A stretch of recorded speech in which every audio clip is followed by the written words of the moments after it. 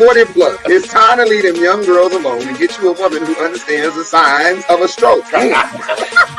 Start rewarding inconsistency with unavailability. So everybody's gonna be consistent at doing something. That time you confuse a lesson for a soulmate. Bible never tells a woman to love a man. You're supposed to love her. She's not supposed to love you back at the same level. Because when you have all these contingencies, you're not saying, I'm not going to love you. I'm not going to let God love you through me. So somebody told me a long time ago, they said, look, before you go on a date with someone, release first. He said, release first, so that way, when you go on that date, now you're not just looking at them through sexual eyes. You can clearly see what that person is saying and what that person is doing. But what is the kind of brother that gets sleepy after...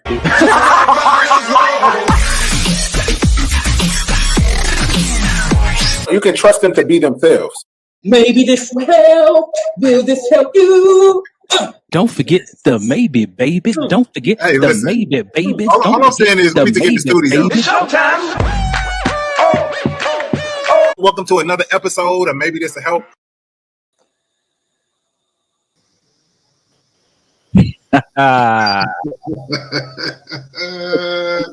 What are we those? Hey. What's going on, man? Dub Central. Oh man, what's the deal? What's happening? What's happening? It's good to see you, brother. Man, it's good to be seen, brother. I'm telling you. Hey man, I like that. Is that a hoodie or a jacket? It's a hoodie, bro. That's nice. I like that. Little zip up, you know what I'm saying? Mustard on the track. Yeah. Oh shoot. Hold on, something's going on. Give me a second. It's all good. And Mike Dizzle, man, you want to go ahead and check in, man? We done entered into December. I know it's your birth month. I know, Sweet 16, about to get your cherry pop. I mean, what's popping, man? How you? Wow. The level of disrespect right there is at an all-time high. Gee. Nah, it's good. I had a good weekend, very productive with my business and everything. Did some printing for one of my boys. I'm gonna shout him out at halftime, but he opened up a barbershop right there in Inglewood on Manchester. So was with him this weekend. Just getting ready for the holiday season. When you got a kid, the holidays kind of hit a little bit different. So I'm just trying to do all my last minute shopping and ordering and all that other good stuff. But good weekend overall though, for sure. Got me some church in today, so Yeah, man. When I walked into the show, man, I saw you over there getting your worship on, man, in the background. Yeah, man. It's necessary for life. Sheesh. It's necessary for life, especially these days. It seems like everything is set up to kind of tear down the fabric of being a human. You know what I mean? So, God and church, even if, to me, in my opinion, even if you don't go to church, you still got to have a relationship with God. You know what I mean? Because God is inside of you. You know what I mean? The church definitely helps, and it definitely helps grow your relationship and teaches you and everything. But you got to have your own personal relationship with God at the end of the day. Yeah, I hear that, man.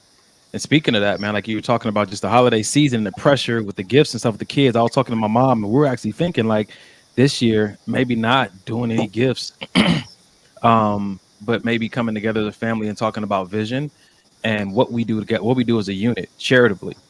You know what I'm saying? So you really just positioning ourselves as the generous givers that we are, and not just expecting this to be the season where I get, but really being able to reflect that there's a need that so many people have, and that we might be able to meet that need. So it's in conversation. It might be a hard transition. I was about to say that princess gonna come smooth across your face, and she don't have that Barbie that you've been telling her you was gonna buy her. Just smooth. Hey man, yeah. But at what point, do we change the narrative and get out of this?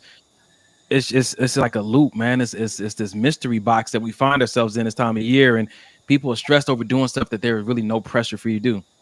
Wow. There's no obligation. There's no mandate.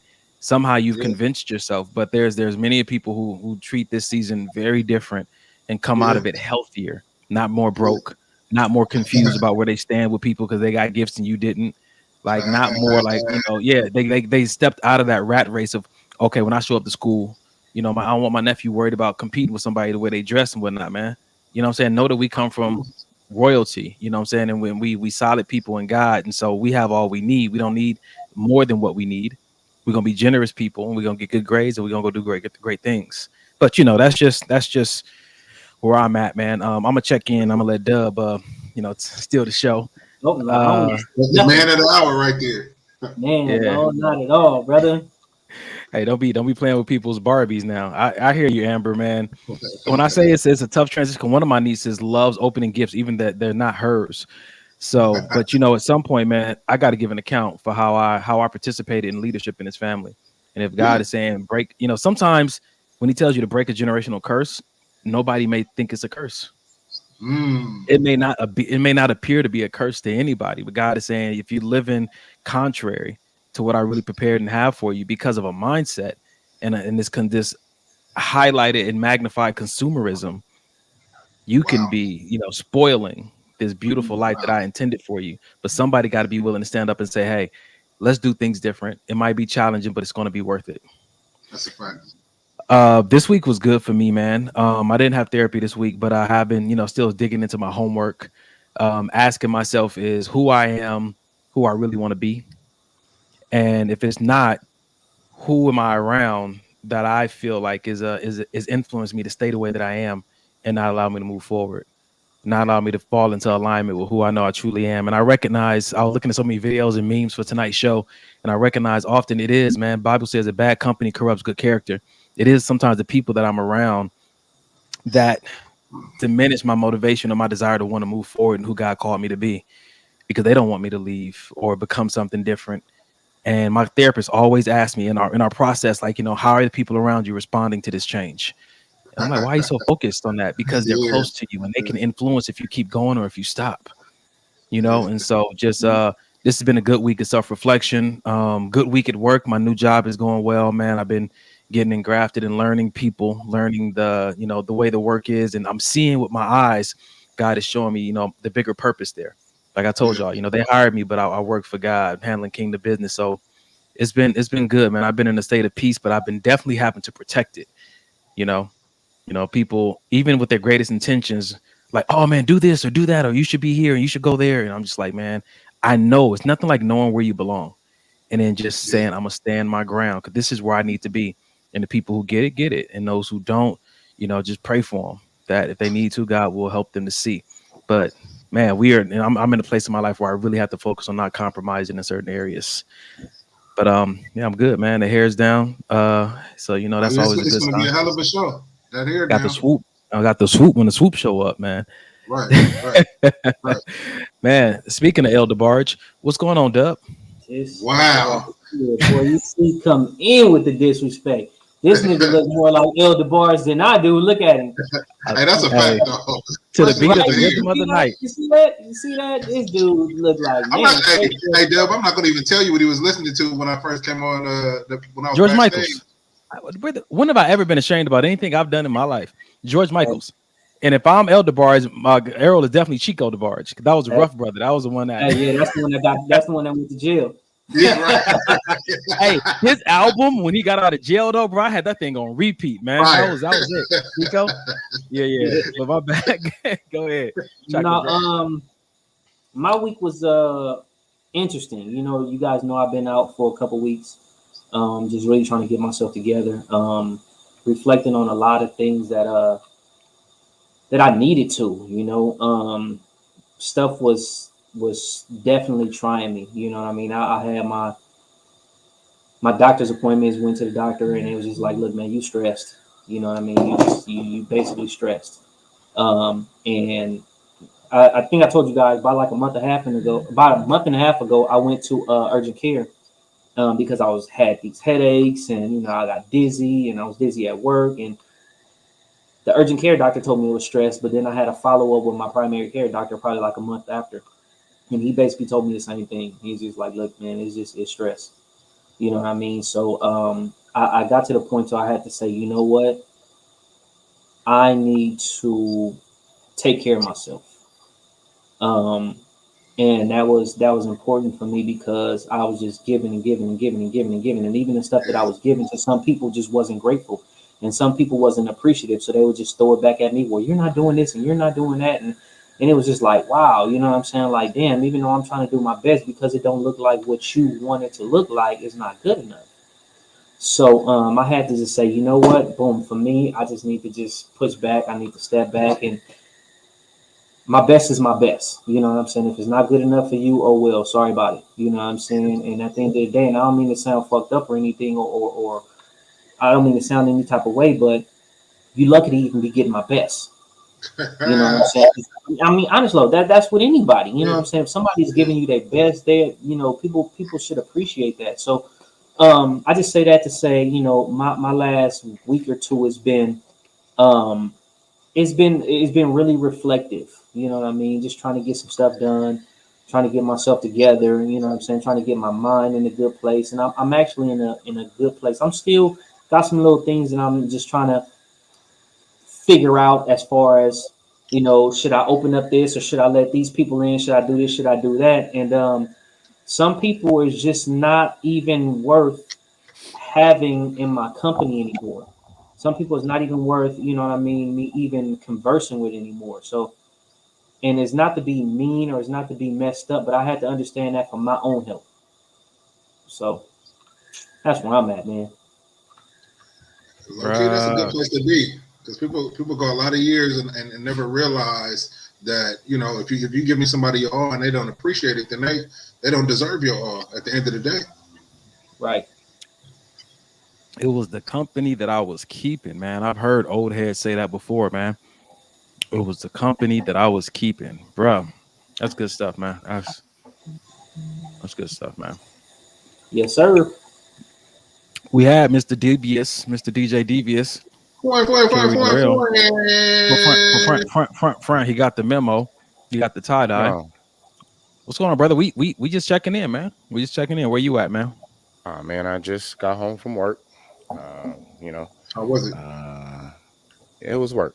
God bless.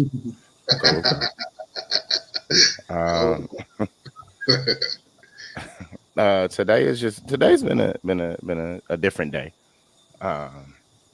We'll talk off the air, but today was a different day. Things require you to step further inside your own mind. As we grow, you have to step further inside your own mind and find reasoning and processing as to why certain things happen and what your role in it is, and holding yourself accountable and looking for. I think the more you mature, the more you look for less blame and more for more correction within self. So today was just one of those self-reflective days. But an amazing week. I was forced to be honest with myself and some friends behind some things that I hadn't necessarily been overly honest about. And anybody that knows me knows that I'm pressed for honesty. And again, when you're not holding yourself accountable and looking at everybody else's shit, you find room to point fingers. Mama used to always tell me, you got that good one. Hi, these are saying that there's something that you didn't check. So, that's good. That's good. that's why Donnie talks to people. I want to solve the problem. Next time I tell somebody about their stuff, you, my friend, all 5 of them. You, my friend. I also realize how important, these conversations are, regardless of where you are in life or what's going on. We tell you guys this all the time on the show, that this conversation is not just for you guys. It's for us. This is barbershop talk. This ain't even barbershop talk. This is brotherhood talk. This is kingdom talk. This is what we do on the norm. You guys just happen to be able to see this conversation on Sunday. Because listen, some of these conversations y'all don't want to hear. I'm about to say, I don't think they get this. This is when we pray before the show, guys. We say, God lead us, and there's certain things, guys. Like, we, what you're doing is great, but there's certain things that are just only for the private circle, right? And try our best to manage that. So, absolutely. All right. Got a full house tonight. I was gonna say, man, I want to reach out to the people in the audience. What's up, you guys? Dub, you're getting a lot of love, man. Welcome back to the show. Don't negotiate, Dubs. They don't appreciate you, F them. It's nothing like having a time of self-reflection and then somebody give you some practical steps to do afterwards. How do you preserve what you've learned in self-reflection? Hashtag F them is what Vicky says. You know what? I definitely appreciate it. I definitely appreciate the love and the support, and just to be back here. It's definitely a good feeling. It was definitely needed, but the break was definitely needed also. I appreciate you all welcoming me back. Everybody in the audience and everything. I appreciate the love and the support. Thank you. I'm hungry. I just like to put that out there. So get that man a biscuit. A hangry response today, please. No one judge me. Patricia said, Dub, you look good. You look very refreshed. It shows on your face. I can really see it. And what's crazy is that's part of it. But right when he came on backstage, I said, "What's going on, fresh face?" Because I saw it too. I would say you glowing, but say it. Say it. Hey, are you pregnant? It's this yellow hoodie that I got on, bro. It's this yellow hoodie that I got on. It's just reflecting off the light and everything, bro. Hey, you're glowing. You're glowing. Straighten the crown, King. What they? Hey, there's nothing wrong with fellas encouraging and compliment your brothers, but we have our own way of doing it. We gonna do it our way. So we were gonna get into something a little comical, but with what Dub was speaking about, just in his brief absence, I kind of wanted to go a different direction with our first video, if y'all fellas don't mind. I mean, like we got a choice because you just pumped us into it. Women have got to do better. Is that in my moments that I am human, please protect me and guard me in it. Do not ostracize me and make me feel less than, because I now feel like not only did I fail you, I failed your expectations. And when a man feels that he's failed the expectation of a woman, he won't out. He won't out. Yeah, we have to learn how to manage and not move from our feelings, right? So, but I think that that's part of what we do in balancing each other. When you're having a moment, if I'm your partner, then it's my job to be the sensible one, to be the anchor.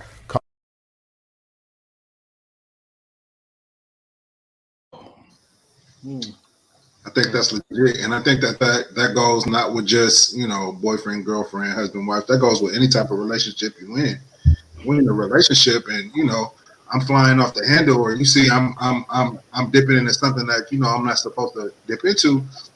I mean, don't just get mad at me. Oh, and just get all rah-rah. Like, understand that I'm still a human, right? Understand that I may go left sometimes, I may go right, but as long as I'm constantly trying to go forward, understand that what I mean, that I make mistakes, and don't beat me up because of it.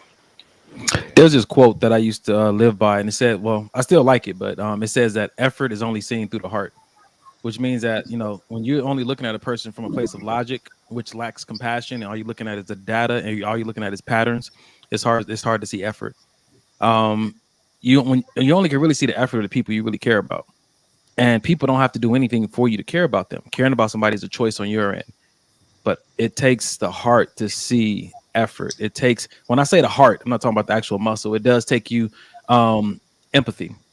It's trying to get in somebody's shoes and kind of consider what you do know about them. It's not making excuses for them, but it's recognizing that, humankind suffers from the same ailments. There's spiritual warfare happening. There's generational curses people are trying to break. I saw that one time. It said, be careful how you judge people. You don't know how many generational curses they're trying to break. And so while you trying to break them down, they just got one more over, and you don't know what their parents and grandparents and what their ancestors was into. So, I think it's very important to, if somebody is having a moment, allow them to have that moment. Yeah. Don't shut that moment down. A lot of times people either want to be the fixers right away, or they don't want to hear it, or they want to be the sensible one that just automatically try to talk some sense into you. But I think it's very important to allow people to have that moment, because it allows them to release whatever it is that's weighing down on them. Sometimes, even if that moment don't even make no sense, if they just need to just get it out, just let them get it out. Sometimes when people try to just plug that cork real quick, it's not that you're just trying to plug that cork for safety for that person. Is you're stopping whatever needs to come out from getting out. And I feel like it's very important to just let it come out. Let it come out, and then after it comes out, you can have a conversation about it, and then you help that person heal and grow. That's boo-boo. It's the same thing. It is. It's a lot of shit we got to release, man. Emotionally, literally, spiritually. I remember somebody saying, "Oh, go ahead." No, go ahead. You good. Go ahead. You let me shit right now? You letting me go? You shit, please. I got to the toilet first. Both of y'all need a colonic. Hey, wow. That might, when we take breaks from the show, that might be what we're doing. I was gonna say, man, it's like, for real, it's like your digestive system, right? Stuff that we consume. Man, y'all know I had some issues with the doctor with my kidneys, and I had to get a colonoscopy, and they was wondering, like, man, why are you bleeding when you on the urinal? Well, not the urinal, but what is it called? The commode. And when was the last time you called it a commode? But he was talking to me about what I was eating. He was talking about your system wasn't really made to digest that, especially at the rate that you're giving it to your system. All the protein, all the supplements. Yeah, spiritual colonic. All the protein, all supplements, all the red meat, like all the stuff you were doing to try to like make yourself look this way physically is actually a detriment because your body wasn't made to process that. It's the same way with emotions. There's certain conversations we were never supposed to be in for that long. Wow. There's certain relationships we weren't supposed to be. Our body can't. It's like when we go outside in the sun. Overexposure can burn your skin. Overexposure, just not willing to say I'm gonna let go and let God, can jack up your entire. And so for us, biologically, it's our digestive system, but psychologically, it's our central nervous system.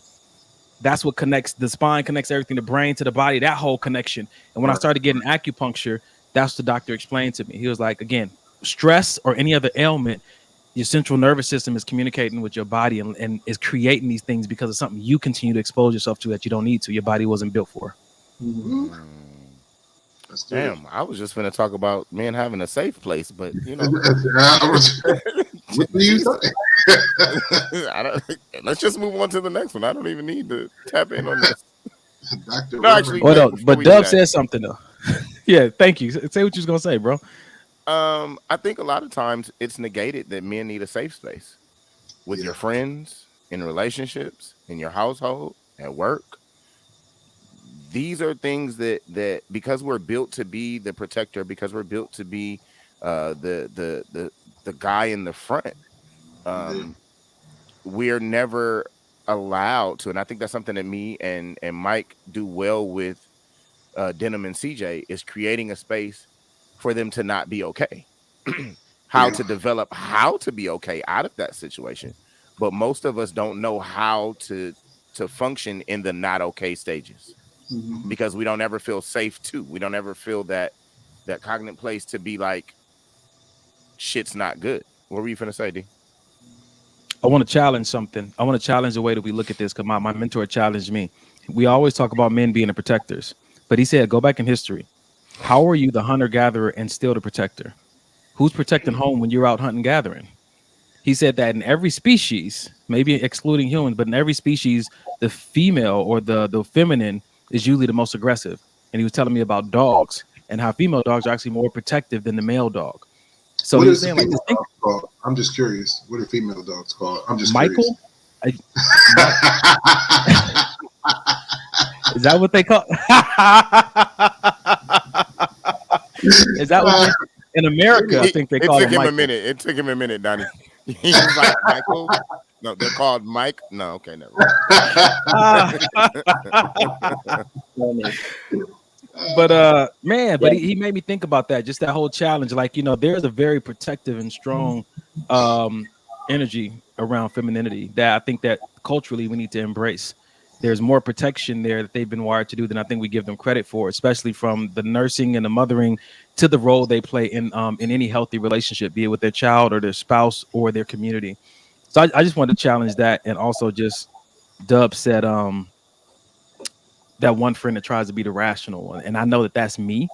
And I know that I haven't always created safe places for the people around me because I always lean back on my workshops my coaching that I've learned, my things my books that I've read, the understanding I have. And so with that being said, as we do, fellas, I want to apologize for every time I didn't give y'all a safe place. I'm your brother and I'm close to you. And I know it assures I'm sitting here.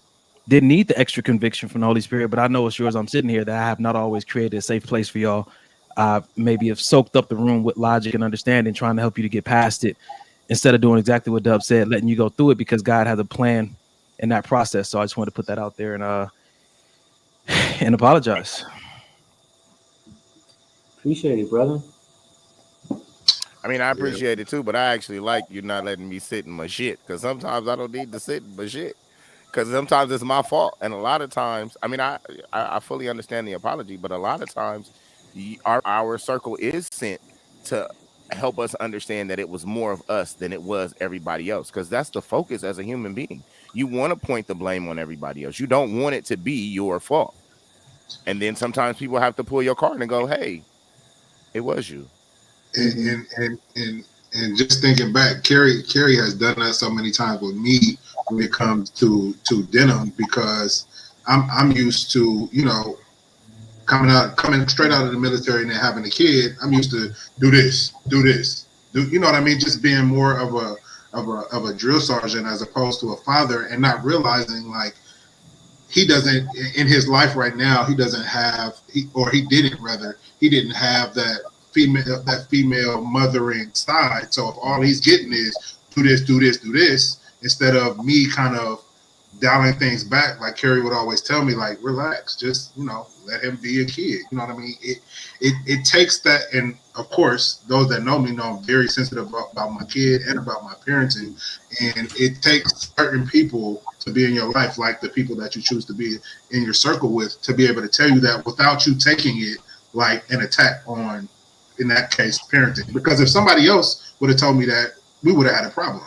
Like, I know how to parent my kid. It's my damn kid. You know what I mean? But knowing somebody's heart and where they're coming from makes a big difference. I totally agree with that. I mean, and just in reference, because again, this is conversation.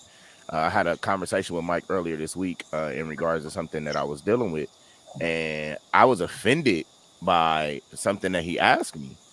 And then I realized that in the process of that is that even though my answer was correct, I wasn't actually using the tools that I was receiving to even show as to why that question needed to even be asked. You know what I mean? So it's really about, I think it's all about timing, capability, and having that safe place. Because in that conversation, rather than being mad at someone who you know loves you, it's a safe place for you to actually put your guard down. And that's what I mean by a safe place. You put your guard down to self-analyze the entire situation. Because a lot of times if we got our guards up, we can only see on one side. You know what I'm saying? Instead of you putting it down and understanding the whole environment. You know what I'm saying? That's something that's important. It's something that I know the Dub fights, and I don't know if you can provide some insight for that, bro. But just basing Dub, if it's going off that analogy that Carrie just gave about having your guard up, I know it's to prevent from getting hit, but does that stifle your perspective and what you're able to see when you do have your guard up?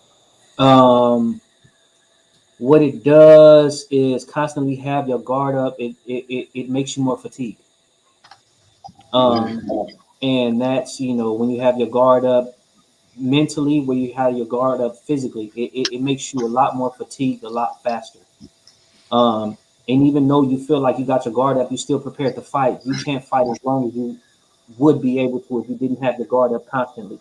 You know, it's almost like, you know, like we did a show before where Mike was talking about having that armor on. And you know, you had that armor on to protect yourself so long, but eventually that armor starts to hurt you because, you know, you're so used to carrying it, and now, you know, whatever's the residual effects from that. So it's the same thing, you know, having your guard up the whole time. You know, it's good. It does protect you, but at some point in time, you start to get fatigued, and it becomes more damage than good. When we go back to the video that Mike put up about, you know, just like really trying to embrace or create a safe space for me to be human. I recognized when that video was coming up, I had a conversation with myself before the show, and I asked myself, like, why do you be out so quick? Like he said, you know, I'm out. You know, when you don't create that for a man, or you feel like he's being, you know, disrespected, and I recognize like I bounce. I think recently I'm just more quick to bounce, and I don't know if it's because I'm really focused on my path and my journey and finding myself way back to me, or if I've created some kind of ultra sensitivity to certain things that I don't really want to be held accountable to, especially by certain people. But I just want to put that out there, fellas. I don't know if I'm the only one, but I'd like to stick around a little bit longer, but I just feel like I just be out quick. I'm done. You are definitely not the only one, because I'll be so quick to, man, look, check this out. In the words of Carrie, look, Jack. Can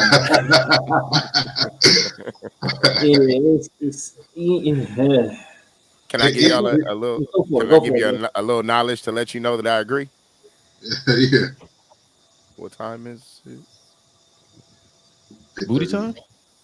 Oh, what time? Wow. 8:36. Peanut butter jelly time? Nick, I don't know. What time is it? Mike, you got it. Yeah. I wasn't supposed to be on the show. Right. So it's not peanut butter jelly time. No, it was I gotta go. I gotta go. All right. So, I think it's it's things like this for me. It's okay to be vulnerable, and I feel like a lot of women say, it's okay to be vulnerable, but I think the hesitation comes. You're saying it's okay, but are you willing to receive what comes next? Yeah. You're really ready for these floodgates to open, and I'm literally in here wailing like a baby on the floor, and you sitting here thinking like, oh shit, this nigga's crazy. If you're not ready for that, then don't tell me it's okay to be vulnerable. You know what I'm saying? Because I could do that with Carrie. I could do that with Dub. I could do that with Donnie. Are you really saying that you're okay with me doing that with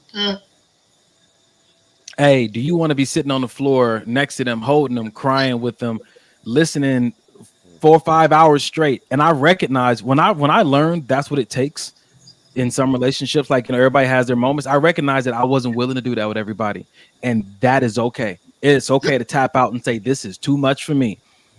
And that's one of those things like you got to consider before you get into a relationship. Do you want to hold this person down if they worse? You know what I'm saying to you? And that's one of the things I consider heavily right now, man. I'm just like, if I know I'm focused on something, if I spread myself too thin, I'm not going to do anything well. So where I'm at, I need to focus on that instead of just trying to be what everybody needs me to be just a little bit in all these different places, because I'm gonna fall short, and it's just not a good look. So it's okay to say, hey, you need somebody else for this. This is not, I'm not capable, or either I'm not willing to walk in this with you to the level I guess that you need. And to be honest, that's a safe space too. Yeah, that's a huge safe place to be honest, because that's a high level of honesty that everybody's not ready for, and that you can't be with everyone. We tap out of these conversations sometimes because I'm talking about with people, because we know that what's coming out of our mouth might not be what they can take right now. Right. So it's like sometimes people think they're capable of doing certain things, and they want you to, okay, you're a man, but I need you to be vulnerable. I need you to be soft. But when I do, I'm ostracized for it. When I do, I'm looked down upon. And when I do, you have this different perspective of me. But then when I shut down, when I don't give you that access, I'm being, oh, well, how come you never like this? And how come you never this? And how come you never that? Because when I try to be vulnerable, when I try to be soft, when I try to be that emotional and just let it out, I'm not received. Or you want to overtalk me with your own feelings. So it's like, when do I get a chance to just really just say, hey, boom, this is how I feel. This is boom. Let me get it out. You want it? I'm gonna get it out. But in that time of me getting it out, don't cut my conversation short so you can tell me about your feelings. You're on mute, Donnie. Or are you saying don't cut the conversation short so they can tell you about how they feel about what you're talking about? No, they want to just switch the subject and talk about their feelings about. Oh, dang. Welp. That once again, that just makes a person want to say, okay, you know what? I'm gonna just shut up. I ain't gonna say nothing. But then when I just shut up and I don't say anything, well, how come you never talk? How come you always shut down? So here's what I found to be, Here's what I found to be a healthy way. I don't like the way you respond to me when I'm vulnerable, and I can no longer give you access. Oh, I tell you that. If we don't communicate the whole way through, I've been trying my best to not leave people wondering, and my directness has been kind of aggressive, and people are telling me I can adjust it, but I can, but I just really want people to not to wonder. And I think that's one way we can respond to situations like that. Like, yeah, it's nothing against you, but I can't employ you in this role in my life. It's not for you. For me, I'm people know I'm direct, and I tell people, look, I don't trust you with my vulnerability. Period. There it is. I don't trust you with my feelings. T-shirt. So, T-shirt. I need that immediate. Actually, Mike, put that on a beanie like Carrie got. I want that on. I don't trust you with my feelings. Man, somebody can break you in half, man. Letting the wrong people have access to your feelings and your vulnerable state. Like, that was her vulnerable state, and we are wrong for that. See, you get it, Carrie. So, no, listen. State. This is what I was gonna say earlier when Dub was talking. Check this out.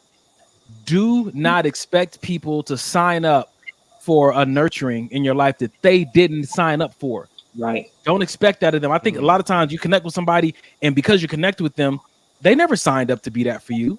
They never agreed to it. They never said it. No, all that indirects of no. Not talking to you, Mike. I'm talking about like in situations I've been in. It's like, bro, like, no, I didn't sign up for this. So your expectation. Yep. Okay. Mike. Okay. So no, it's more so of a question. So sometimes you don't know what you're signing up for in a new relationship, new friendship, new whatever. I don't necessarily know what I'm getting into. So if we're going down this path of, say, we're dating and none of these conversations come up, then I don't know until it actually happens in the moment. Like for some reason something triggers and she just goes ham. You know what I mean? Yeah. I didn't know. So in that case, you can't really say you didn't sign up for it because we got a double. We got a double on the block, man. You devil advocate, me and Carrie devil's advocate. That's you or Carrie or Arrow. Who that? That was me. That was me. Because I feel like this when we open up to that's the leverage of opening up to someone. Because I feel like when you do open up to someone, aren't you offering what you have? Yeah. All right. So check this out. Let's try this one on because it fits into what we're saying. Patricia said, guys, how do you know when you can be vulnerable with a woman? Do you give small tests along the way to being completely vulnerable? For me, go ahead, bro. Go ahead. No. Go ahead. So I wouldn't necessarily say is this tests per se, but I mean if you just start if you start small and start opening up and just say, you know what, I'm feeling the way, I need a hug. And if that's not received, if that's not, you know what I mean, like, oh, I got you, don't trip, you know what I'm saying? And this is just my way of thinking, you know what I mean? Everybody thinks different than me, but for me, I think like if I'm saying, hey, you know what, I'm feeling a certain way, or I need a hug, and that person is not like, oh, okay, I got you. It's like at that particular point, it's just like, okay, I'm even coming to you with the smaller things of just needing a hug. Not even needing to unload or unleash on you. I just need a hug. I just need an embrace. So if I don't feel, if I'm not even accepted or embraced in that sense, then you can't handle something else. I actually feel a little different in regards to it kind of matches what I said earlier. There's a line, and I feel like once you give a person a certain type of access, then the vulnerability is then tested. But like Dub said, I agree with him in that fashion as to the allotment of vulnerability that I'm giving you.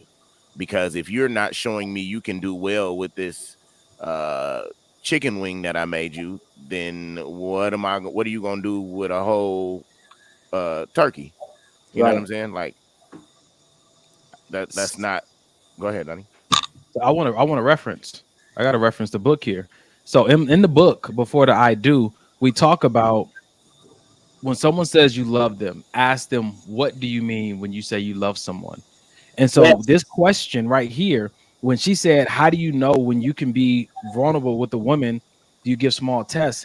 I observe how she handles other people's vulnerability.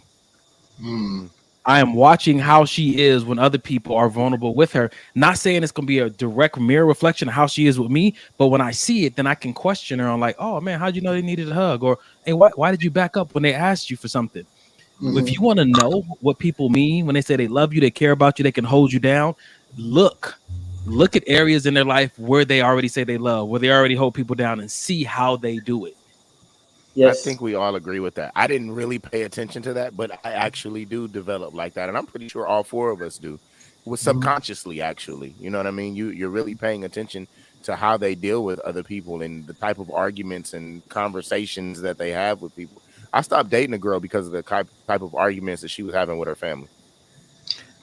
That's funny you said that. That's big.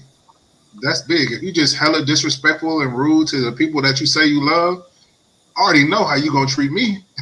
Eventually, maybe not now because you sent out your representative, but eventually I'm gonna get talked to the same way. Because it's in you, you know. And I know people might want to push back against that, but my remember Bishop pastor told us Arrow in Texas. He said, "What's in you eventually, what's in you abundantly, will come out of you eventually." He said, "If it's an option, at some point you're gonna exercise it." And so it's not to judge people or to back out because you see them act crazy with somebody, but at least have the conversation like, yo, you know, is that your norm? Is that how you usually respond? And, you know, and then find out, you know what I'm saying? It's a great conversation starter. Mac used to say, like, Prego soup, it's in there.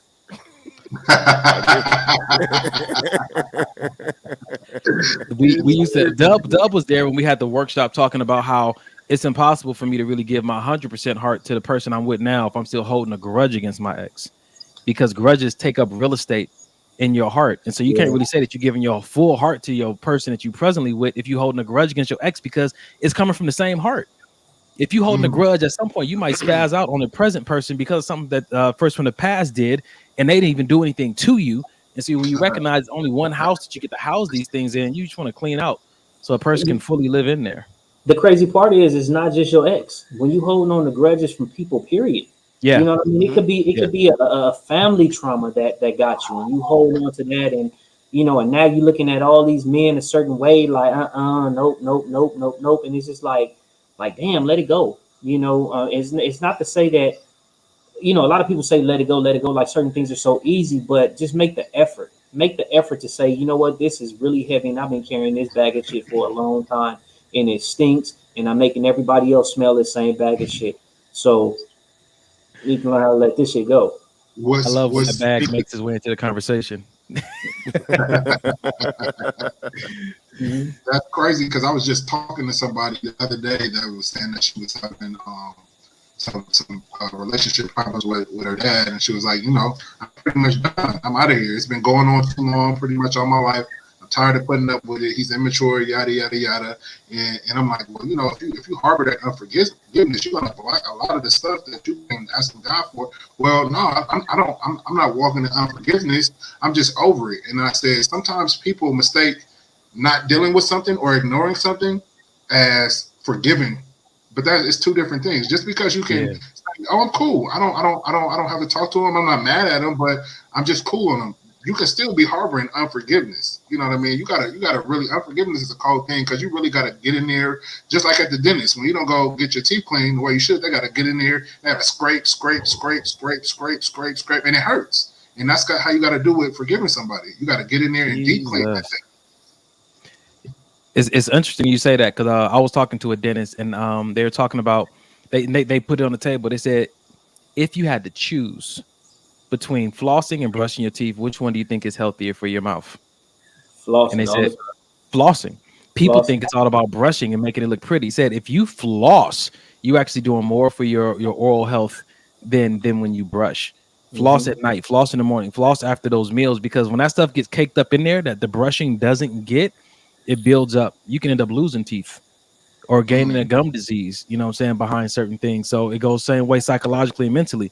You know, if we spend some time every day, I know I do a Sabbath once a week, but if we spend time every day just doing a thorough check, like, God, is my heart clear? Is there anybody that I have aught against?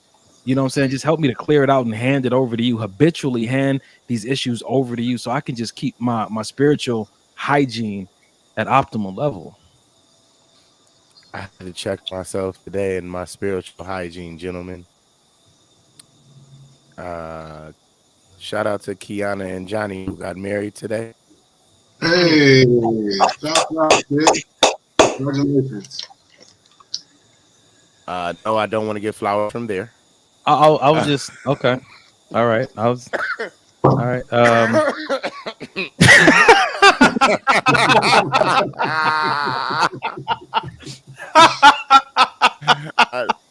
I quit. Terrible. I quit. Terrible. I quit. Just terrible. On to the next. I don't even want to indulge in this any further. Well, congratulations, Kiana, and Jimmy. I had to, yeah, Johnny, sir, Johnny. Yeah. JJ. All right, we can move over to the Hey, yo, okay, look, we can say the other video because it's almost halftime anyway. What if we did this, man? Because we already got to a great conversation. I want to talk about this for a second. So let's Hey now. Get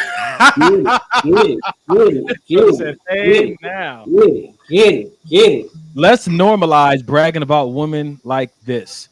My question to you, fellas: why do you think this post even made it to the internet? Why do you think that even made it to the internet? Don't have nothing to do with me. You said, why do you think that it made it to the internet? Yeah, why is that statement up there that we need to normalize women like that? What do you think is behind that? I feel like society gives more attention, shines a spotlight on the more slim women, like in commercials and movies and music videos and everything. I don't know. Do people still watch music videos? But anyway, I'm old. I do. Whatever. I do. You still got the box?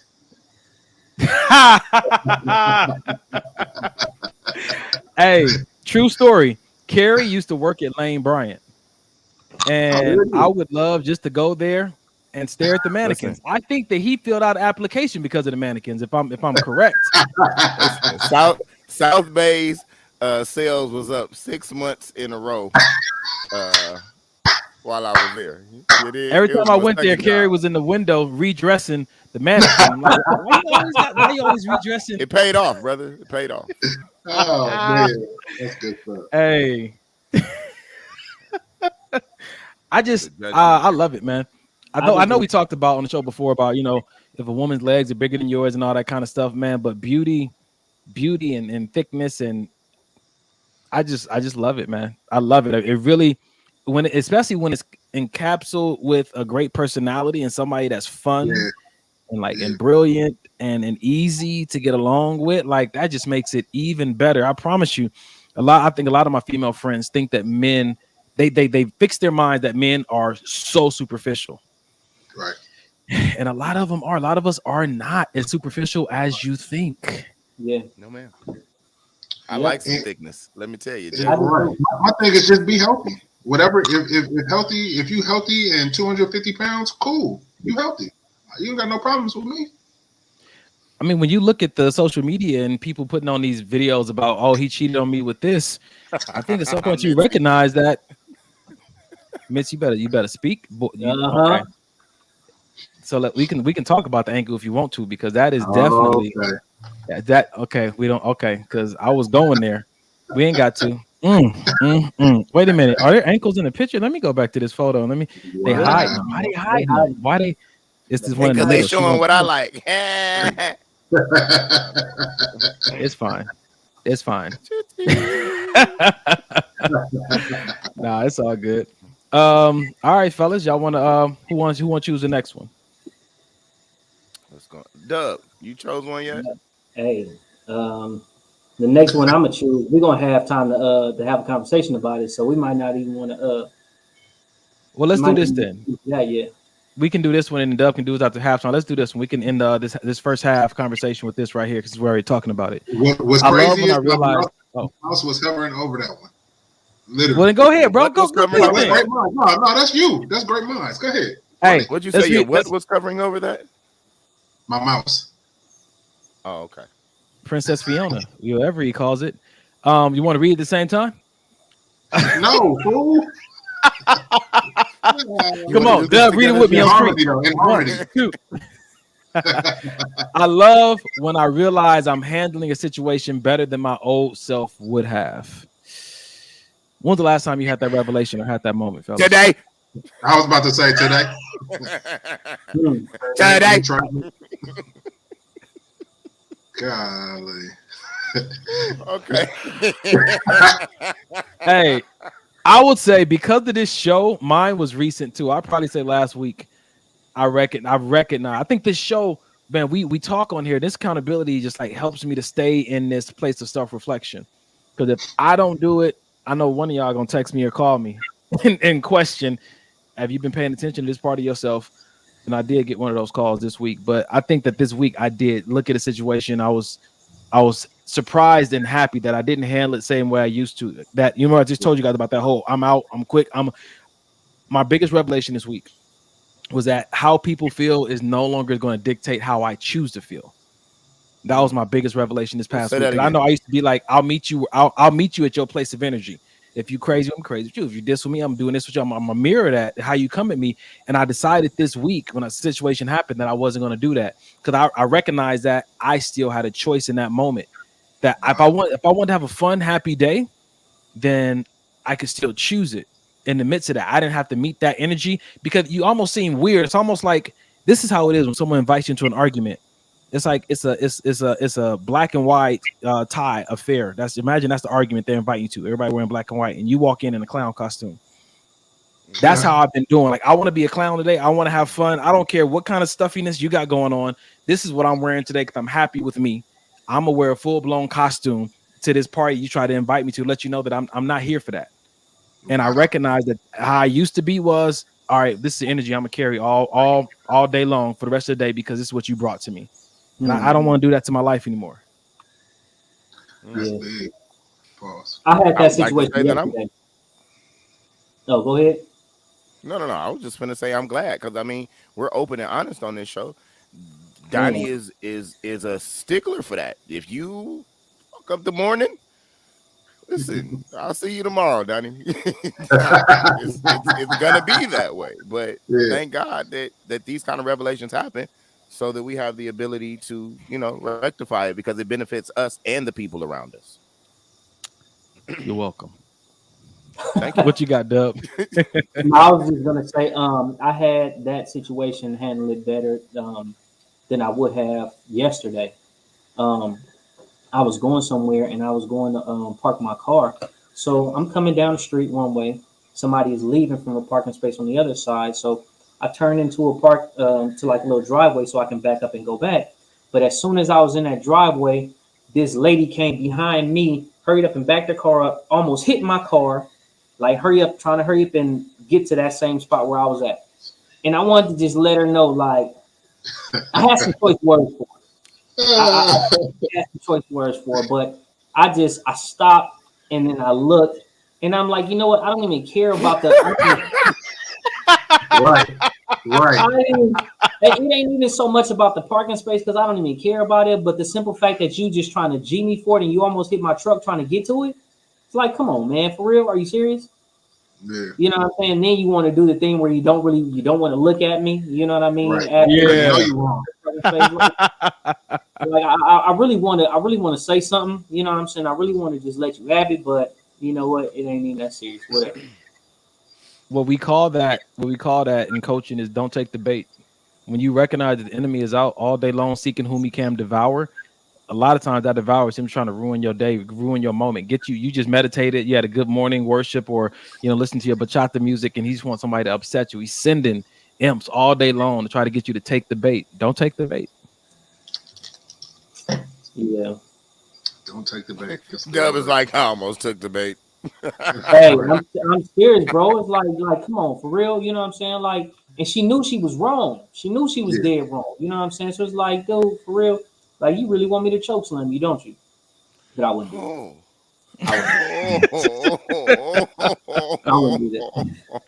No, but it's like, dude, don't be stupid. You know what I'm saying? Like, you really doing all that just to get a dog on parking space?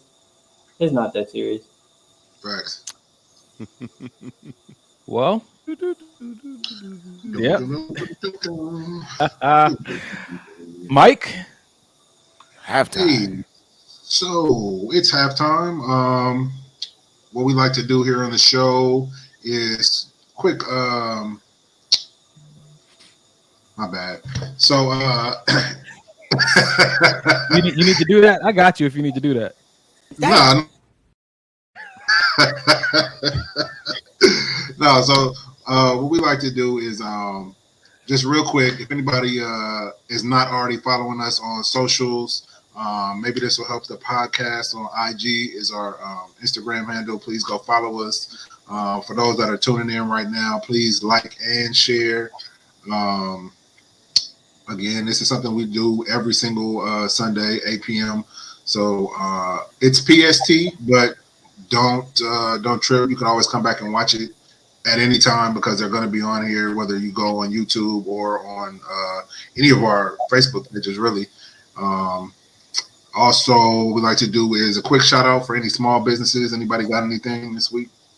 I do. I got something for you. My sister is having a book signing. What happened? I say, are you ready this week?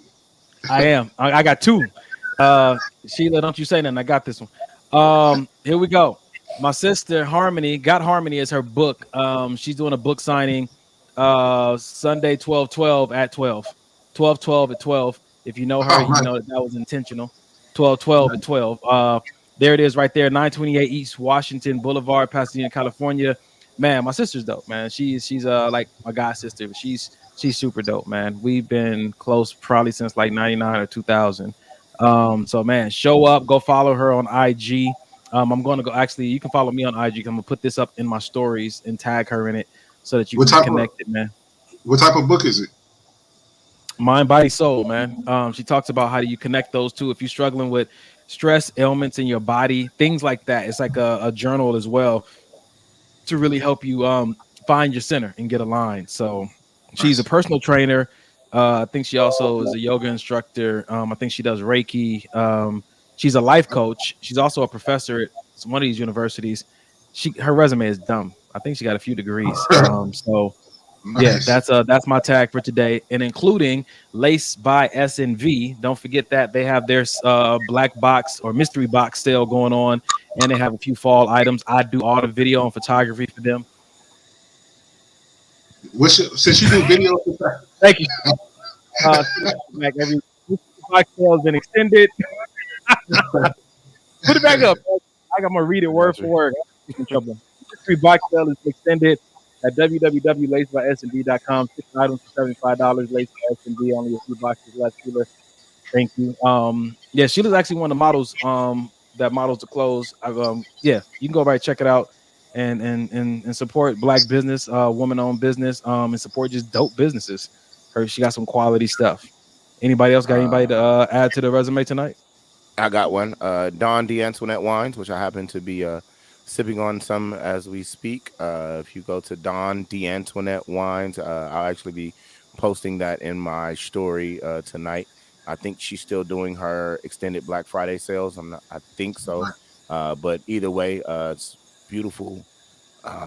She's got a red and a white. Both of them are actually in 1010 Wines in Inglewood, and a couple other liquor stores. So yeah, man, support that.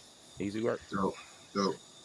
I got my boy Dot just opened up a barbershop on Manchester and Hillcrest. I was with him this weekend doing some Manchester and Hillcrest. Yeah, 4-4. Probably knew what's happening.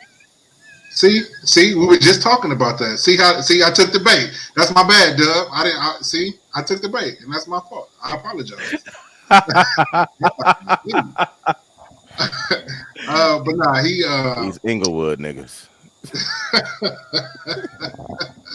he just opened up his barbershop. I've been knowing him for a long time, and this has always been his dream. So I was happy to be able to be a part of that this past weekend. So go check him out. California_King Doc on IG. California_King Doc. Hey, he braid too, or he just cut? Nah, I think he just cuts. Damn. Yeah. Hey, you got an issue with a dude braiding your hair? Because me and Errol had that conversation. I do. I'm sorry. I do. I do. I do. It's just.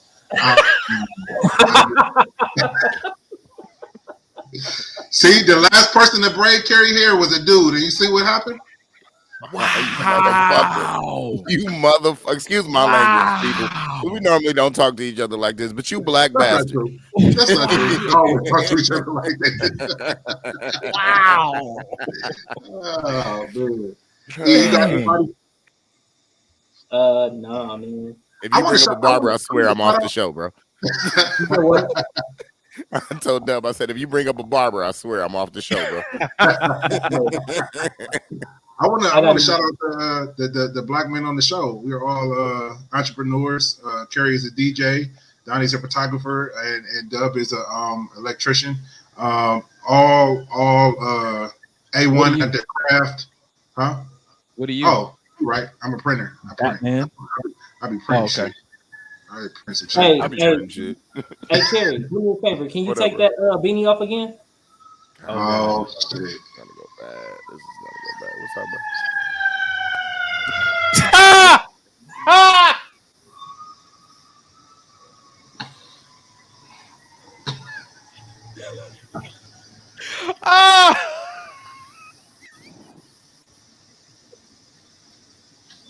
This brother left the whole studio. He left. He didn't even go to the background. He left. He went back to work. He's on his way back to work. Like, you know what? I left for no reason. I knew I shouldn't have shown up tonight. Man down. All right. Man down.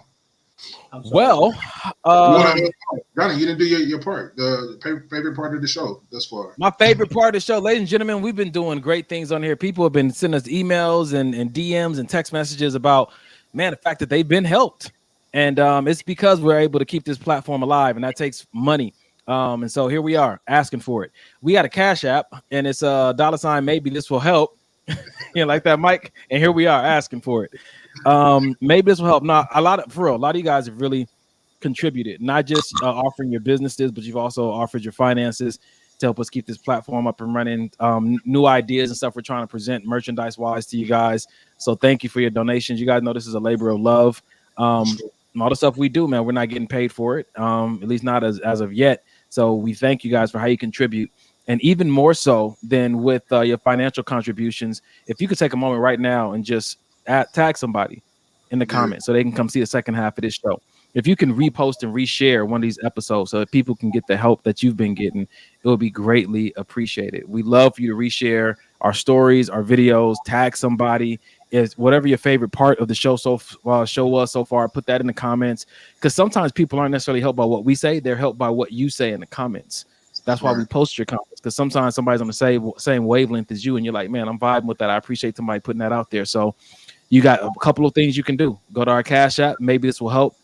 Go into our comments, tag somebody, or just share our videos on your social media platforms. Yeah, that's good stuff, man. All right. And it just came to me to say this, but if anybody knows anybody that has a successful podcast or that is in the industry and they feel like, hey, this show would be great on a wider scale, hit them up and tell them about us. Send them one of the shows and because we're always looking to I don't want to say expand, but we're always looking to reach more people. Help, yeah. We're always looking to help more people. So, I think they got a podcast. I think you trying to be on it or on it or on it or let's go so we can special guest. What kind of special guests? Like we used to do? See, tag team back again. Let's begin. Come on, Doug. Where you at, Doug? Come on, Doug. There it is. Hey, these styles in our hair, bro. We have to roll them up, put them in the pan. We got the new meaning to Baker's man, 100%. Yeah. All right. Hey, we should get into the next half of this show. Y'all ready for it? Nobody in the comments is letting us know your favorite part of the show so far. You've been disobedient, but we appreciate you anyway. Fellas, I know you guys are out there. Chime in. Ladies, we appreciate you for chiming in. Fellas, y'all ready for the second half? Let's go. I'm ready for my brother to come back. Come on, Kerry. Come on, Divas. Hey, text him and tell him to come back. We about to get into this video, man. It's about to be fire. Okay, so while we're waiting, I'm gonna play the video that we were gonna play at the beginning. Yeah, that's what I'm talking about. Oh, let's wait. No, let's play it now. Oh, let's play it now. If you're dating a narcissist at Christmas, you had better run. They will ruin your holiday, pick a fight, and then they'll say, why aren't you any fun? They might buy an expensive gift for you, help you decorate your place, but then they'll snap and make you cry, and the next day they will try to rub all the nice things they did for you in your face. They'll get drunk as a skunk and offend everyone to make sure attention's on them. Then they'll butter you up and behave long enough for the cycle to start again. And mom and dad can hardly wait for you to dump him. If you're dating a narcissist at Christmas, you might as well run. I'm so thankful I left the guys that ruined Christmas time, 'cause they hated. Boy. Wow. So boy. I've been on both sides of that. I've both dated a narcissist and been the narcissist. And it's something that I've had to it's something that I was in.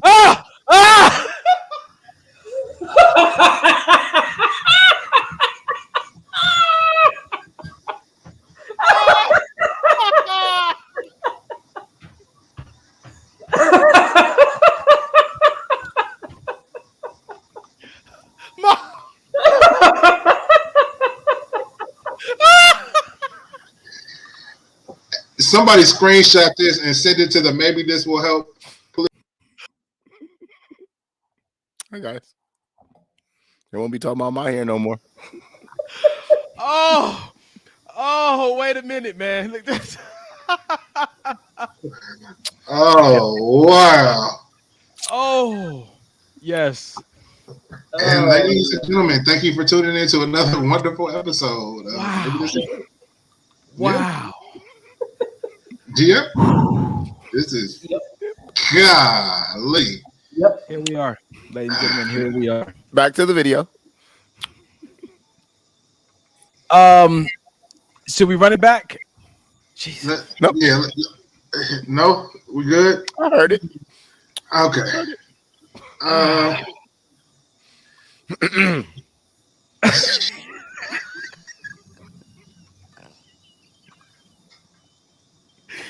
Ooh, this brother's quick. Why is my phone blowing up right now? What is happening, man?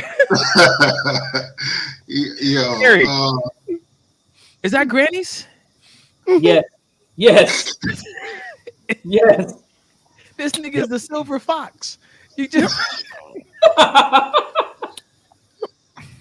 sure is. So now, oh man, we can have no more conversations about hair. Wow. Good night. I spit my drink out. That an entire full. If Donnie can have bangs, so can I. Wow.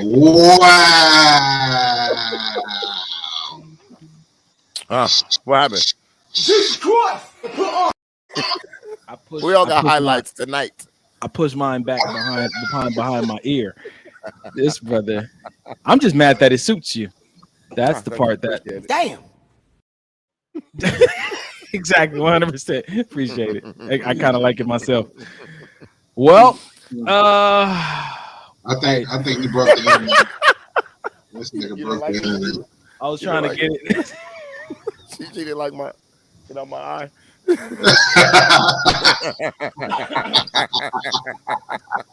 Oh man, Rob is not here for it. We done lost about 30 viewers as soon as you. Oh man, it got hot. You know, it got hot, didn't it? Some women, they make these for women. You know that, right? The wig is sold into the hat. Listen, No, I'm just playing.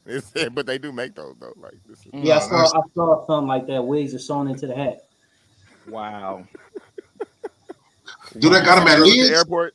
That took them off. Listen, you know that's what a lace front is. They have a whole like secret back section in Lids for lace They fronts. got new era lace fronts. They are. They just straight fitted. All right. Anyway, next. Are we gonna get back to this video or not, man? Yeah, I'm sorry. Let's go. Yeah, we were talking about.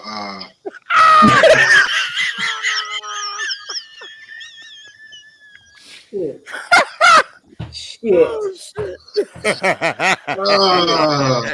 Damn it. Oh, the Samuel L. Twirl is the one though. Oh man. Wow. Terrible. All right. I think we need to watch the video again. I just think we got a hard reset because God. Yep. Let's start it over. Here we go. If you're dating a narcissist at Christmas, you had better run. They will ruin your holiday, pick a fight, and then they'll say, why aren't you any fun? They might buy an expensive gift for you, help you decorate your place, but then they'll snap and make you cry, and the next day they will try to rub all the nice things they did for you in your face. They'll get drunk as a skunk and offend everyone to make sure attention's on them. Then they'll butter you up and behave long enough for the cycle to start again, and mom and dad can hardly wait for you to dump him. If you're dating a narcissist at Christmas, you might as well run. I'm so thankful I left the guys that ruined Christmas time, 'cause they hated.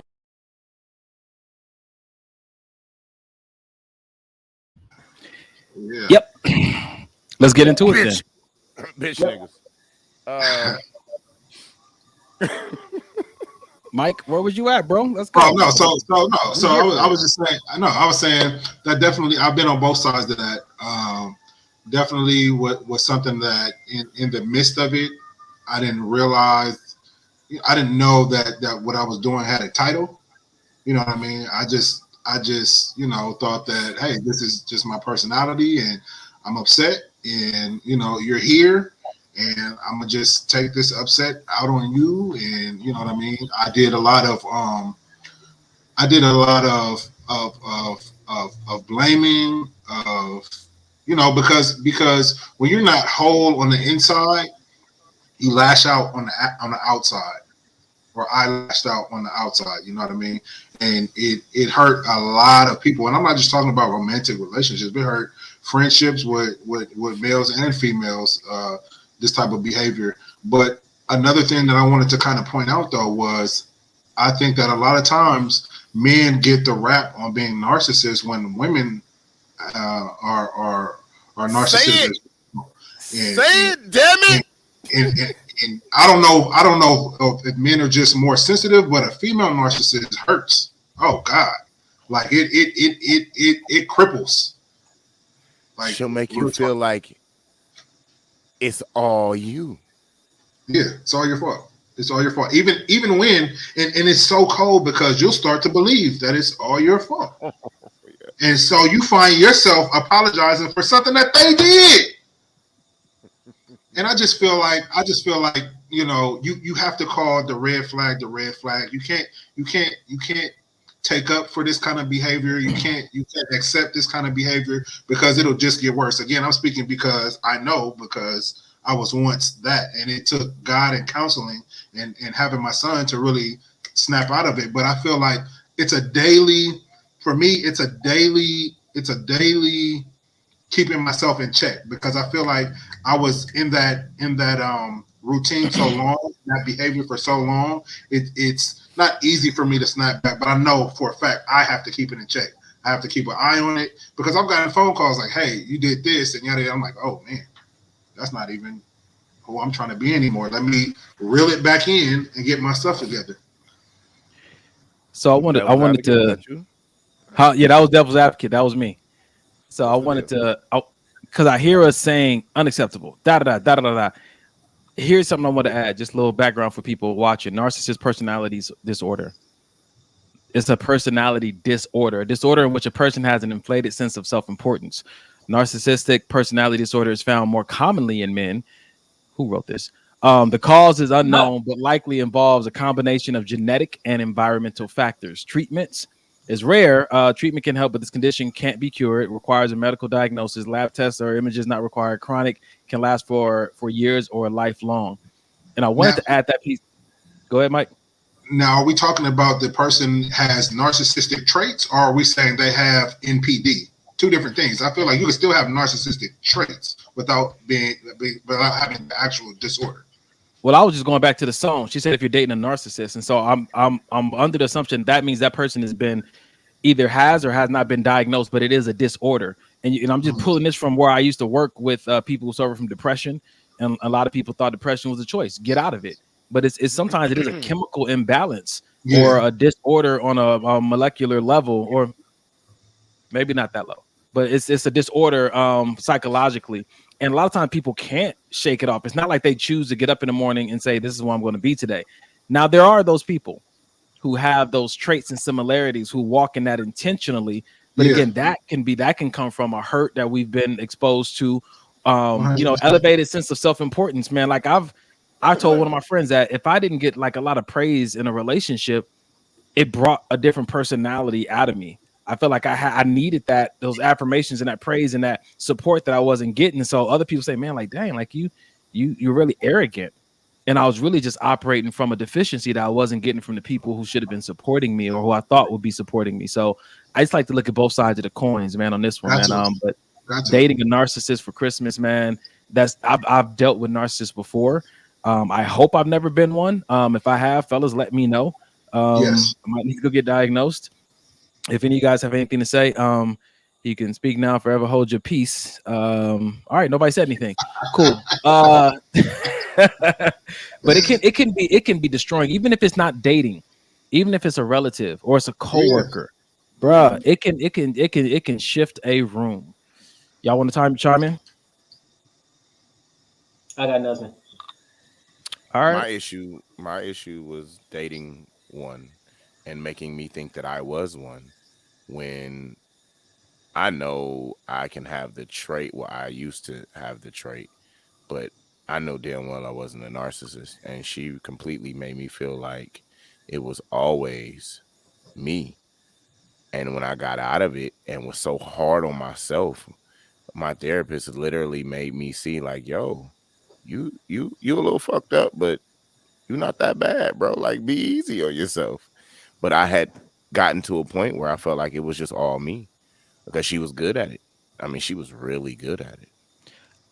I think this goes back to a conversation we had. Like when you're in a dating with somebody, one thing you want to try to do is try not to diagnose. If you're trying to get to know them, try not to diagnose them. I remember the first time I really heard heavily the background of what a narcissist was. Somebody was talking about Carrie. They're talking about my brother. And that's where I really started to hear, the background. I really understood what it was about. They was attributing it to him. And and as I took that information forward, I was like, man, like this is a revelation I had. What happens if a narcissist is trying to diagnose another narcissist? Or what happens when a narcissist is trying to diagnose anybody? We are seeing things through our lens, which may be faulty. We may have a disorder within ourselves, but we're not qualified all the time to diagnose somebody else because we're looking through our lens and our preferences. So, that's why I just wanted to put that out there. And Vicky, no, narcissism is not one of my love languages. I think she's talking about affirmations. and no, I'm not a narcissist. Jesus. I didn't get any feedback yet, so I'm still jury is still out. I know I was called a dick this week. Not a bitch. Somebody told me I was a dick. I have tendencies. I was about to say that's along the lines of facts. But anyway, we have the next one. I thought that video was gonna carry us on for like half an hour, but let's move on. Ain't nothing else to say about it. I got something for us. Oh, yeah, that's right. Dub, you got it. Go for it. Damn. The things you say when you were upset don't just disappear because you feel better. Let me repeat that again. The things you said when you were upset don't just disappear when you feel better, or because you feel better. What if they're valid? Yep. I think it's a perfect time for us to go ahead and accept all. Before we piss anybody else off tonight, just go ahead and up, man. Talk to us, man. Talk to us. You know, sometimes people, when they're upset, they say whatever, anything comes to mind, whatever it is, however they feel, and they have no tact whatsoever. They just like, I don't give a shit. This is what I'm gonna say. This is how I feel. Blah blah blah, whatever. And then when things are okay, when things are smoothed out, they just act like everything is just, you know, hunky dory. Like you didn't just say what you said. And that could be tough. You know what I mean? That could be tough when you're on the receiving end of that. I try to be mindful of what I say, even when I'm upset. Especially when I'm upset, I try to just say okay, because I know I have the ability to cut deep, and I try not to be an asshole because I was an asshole at some point in time. You know what I mean? I've been that person that, you know, you say something or you get me to a certain level, and I just have to just like, all right, you asked for it, boom, take it. This is what it is. But I just try to be mindful about what I do say when I am upset with somebody, or if I have something on my mind. Even if they lashing out on me, I either don't say anything or I say okay. But don't just try to come back and then later on try to come back as if you didn't say anything, or don't even offer an apology or anything. Like you just think it's just supposed to be all good. Nah. There's a phrase that people use that I've heard abused, and they say, "Charge it to my head, not my heart." Nope. Yeah, I think that man, one of my friends just sent it to me, saying hurtful combined with alcohol. Some people call alcohol truth serum. You know, people say what they really feel, but how do you guys feel about that? Have you ever said some stuff and wish you didn't say it and try to get back in the same environment and act like you never said it? Or has that ever happened to you, and how did you respond to it? For me, it's I've never been one to say anything that I felt was wrong and then try to just smooth it over just by, hey, how you doing today, or acting like we didn't just have a full blow up. Like we're gonna need to talk about it, make sure we're both good, both sides, and then we'll and then we'll be good. But on the flip side of that, that's like that whole. And I'll probably get a phone call tomorrow about this, but that whole act like nothing was ever said, that's like the dynamic in my family with people. And it's just like you say these things, you know you're wrong, and then you call me the next day like, hey, what you doing? And it's like, man, what you mean what I'm doing? I'm still over here wondering why the hell you said what you said. Yeah. Like, and especially when it's an elder, you know what I mean? Somebody you're not going to be disrespectful to. You don't want to, you know what I mean, offend. But it's just like, I find myself a lot, and I brought this up in therapy. Like I find myself having to bite my tongue. And Carrie's having a narcissistic moment. Just let him have it. What is?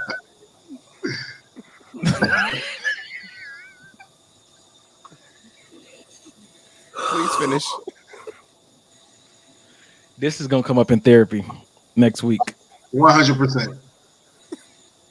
Carrie the Silver Fox. Oh, real quick, because I talked to him. He said it was cool. I want to shout out my therapist, Eric from Stalker Ray. He's a local in Inglewood.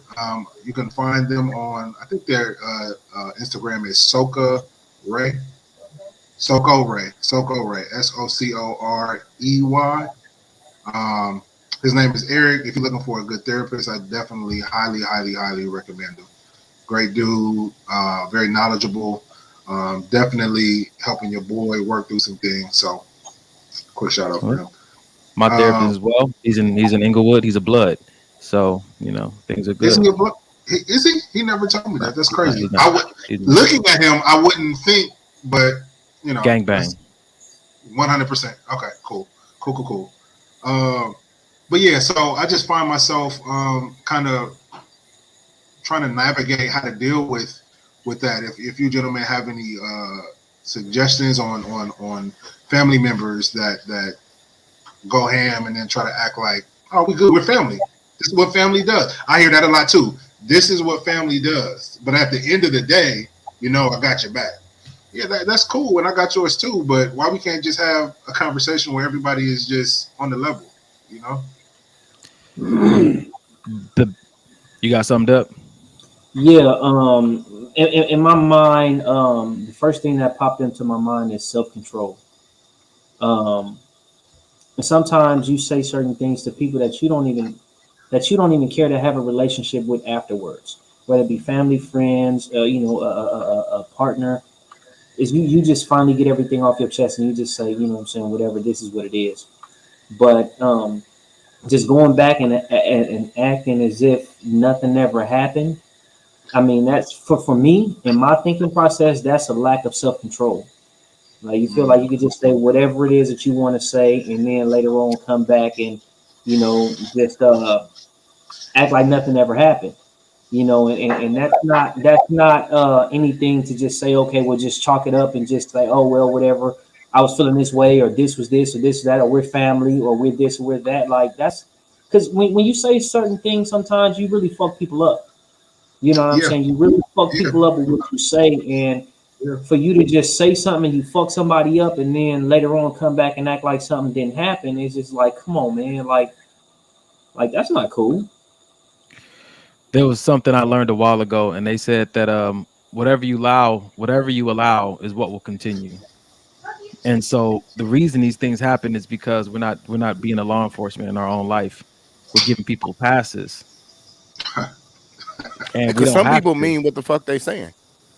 Yeah. Whether they do or not, if someone's talking to you in a way that you don't deem respectful and you don't want it, say something, do something, cut something. I don't care who they are. It needs to be addressed and alterations need to be made. Yeah, that's just where I'm at with it. That's what I meant by that, though. Don't take everything as just a momentary, oh, I said this and I'm mad and I didn't mean it. Some people mean exactly what the hell they say to you, and they hide behind that shit. They hide behind, oh, well, it was just the moment, or oh, I was irritated, or oh, I had something to drink. But your drink gonna find its foot up your ass if you don't understand what the process is behind you saying things without thinking. And that's something that I had to learn my damn self. Yeah. Real talk, a lot of us grew up with this very behavior. It is true. And this goes back to what I learned this past week. Even I've learned now, even when people come at me crazy, or like Mike talked about, you know, in road rage and traffic and whatnot, I still get to choose how I'm going to feel, how I'm going to respond to it. I'll put this post up a little bit later on, but it does talk about that. It's still going to be my choice. And I'm not going to let somebody bait me into a fight, bait me into a debate, and bait me into an argument, or bait me into a compromise. This is my standard. Yes. Mom, dad, cousin. You're not going to bait me into a compromise. This is my standard. Yes. The guy at the club did that. You did what? The guy at the club made it to it. What is he saying? I don't know. The guy at the club, he baited you. Jamie, every time. He did. I'm past my old ways. I don't snatch people up like I used to. I don't. You know, I never really. Last time you see me fight, I was a teenager in Arizona. Like, I don't really like, you know, throw hands like that. Anyway, but I know that's not what we're talking about. Errol, on the other hand, that is. Wow. See, how you gonna drag my brother? Damn. Narcissist. Did you hear the rest of my statement? God, Did you hear the rest of my statement? What'd you say? You quick. You've been hurt in the past, huh? I said this brother is my protector. Oh, I couldn't even put the period down for this brother diagnosed me as toxic. Wow. I wasn't even red.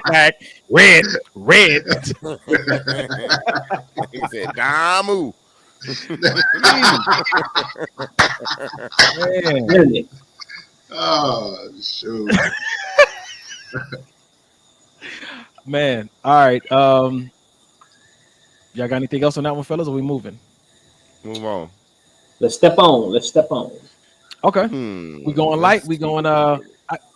Let's do another video, man. Mike, choose one of your one of the other two videos you put up. They're the last two on there. All right. Yo, what's good from your favorite sexologist and pleasure coach, man? Let me talk to y'all for a second. Here go 3 questions you should ask on every first date. You understand me? They go sound very deep, but they're not really that deep. Let's normalize healthy communication, and let's normalize starting relationships off on a healthy foundation and an open foundation. You understand me? Listen, question number 1. What does your I love you mean? Sounds deep, right? It's really not that deep. I just need to understand your perception when it comes to love and what it means. So if and when you ever tell me I love you, I understand exactly what you mean. I won't confuse your love for my love. I won't confuse what your I love you mean with what my I love you mean. So it gives me a clear understanding of how you love. Question number 2, are you dating with a purpose? What is your intentions? You understand me? I need to understand, what are we here for? Where are we going, or where are we not going? Are you just looking for a friend? Are you looking for a partner? Are you searching for a husband? Are you just passing time? Are you still healing from your past? What's your purpose for dating? So no one gets hurt. So we on the same purpose level, you understand me? We can have some fun. Or I could be finding the one. But I need to understand your purpose in dating. You know what I'm saying? Why are you doing this? And question number 3, which is very important. What does happiness look like to you? You understand me? It helps me understand your past trauma. If you're healed from your past relationships, it helps me understand what happiness looks and feel like for you. So I don't be trying to pour into you what you don't need poured into you. You understand me? I don't need to try to paint this picture or this vision of what I feel like happiness is and try to put that into your life. I need to understand what happiness look and feel like to you, so I can understand you and love you. You know what I'm saying? 3 questions you must ask. You know what I'm saying? If you love these questions, click the link in the bio.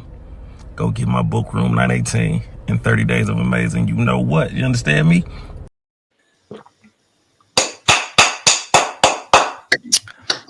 That man.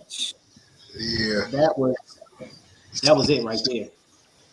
So that first one, that number 1, that was a great question. So I don't confuse my love for being your type of love. I gotta ask you, how do you love? What does your love look like? Because a lot of times, man, we get in these relationships and I love so hard, and I'm expecting like your love need to look like mine. This is how hard love look, but that's how hard love looks to me. That's how it looks to me. The way you're expressing your love may be hard love to you, and I have to see if I can deal with that or not. Why you being weird with me? Right. If we don't ever ask these questions, then what are we doing? Bro, I had this conversation so many times, and just like, what does love mean to you? You know, tell me, you say you love me, but what does love mean to you? What exactly does it mean? And even number 3, what does happiness look like to you? Yeah. You know, like, that looks like that for you, but do you want to know what happiness look like for me? Do you want to know how I love? Do you want to know what love means to me? Do you want to know, you know what I'm saying, like, am I dating for purpose? I mean, what's my purpose of dating? Like sometimes these expectations are there, and it's like the expectations are for you to think like them. Right. You don't think like them. Right. You're completely different. And the problem comes in because you don't think like them. You don't have the same thought process. You don't have the same expectations. Your love may be a little different. And now you just like throw this whole nigga away. Hey, Dub, can you repeat the questions one more time for those who got distracted? The first question was, what does love mean to you? Are you dating with a purpose? And the third was, what does happiness look like to you? I love that, man. I've done the first 2. Oh, go ahead, Mike. No, I was going to say, No, I was gonna, I was gonna ask y'all fellas. We can get into it after this part of the question though. But I was gonna say another thing we should ask is when do these questions come into play? Is this we on our first date? Is this we didn't already kind of made some headway into the relationship? When do you guys think these questions should actually come into play? But go ahead, D. We can get back into that. Okay. All right. I was gonna say I do the first two, but that third one, what does happiness look like to you? I think that's extremely important, man. I really appreciate that brother for dropping that nugget, because really, how can two people walk together unless they agree? Is what the Bible says in Amos 3:3. And so, what if we don't have the same target and same goal? And people say, well, it's not important if you don't have it down to the same detail. You can still make the marriage work. But what happens ultimately is that you guys are partnering on certain things, but still building your own individual empire and your own individual thing. And so then you see that there is distance being created, because the bigger your independent thing gets, it's going to become competition with the relationship. And at some point, you're going to have to choose. If you're over the age of 32, first date. Hey, real quick, what you just said about you can make the marriage work, like that's so big. People think that, oh, I've been married 45 years, but has the last 30 years been turmoil? Like, great, you were married, but are you happy in the marriage? Like, yeah, you can make it work, but how easy do you want your relationship to be? You know what I'm saying? It's not about just, oh, I stay married for umpteen years. It's how healthy is your marriage? You know what I mean? And that's the goal. It's not to just be together forever. It's to have a healthy relationship throughout that whole process. Yeah. What if the person doesn't know? What if they don't know what happiness looks like to them? What if they've experienced so much trauma that they have no idea what that even looks like to even explain it to you?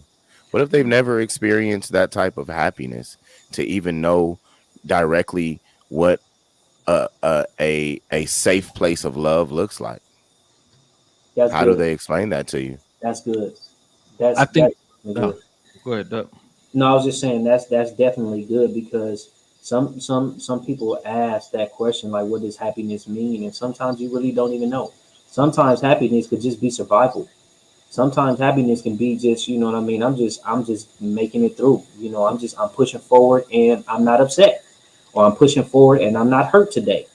You know, sometimes happiness can be like the slightest things, what people think, oh, it's supposed to be this big old hurrah, this big old thing, like, oh, magic and fairy dust, and maybe that's not it.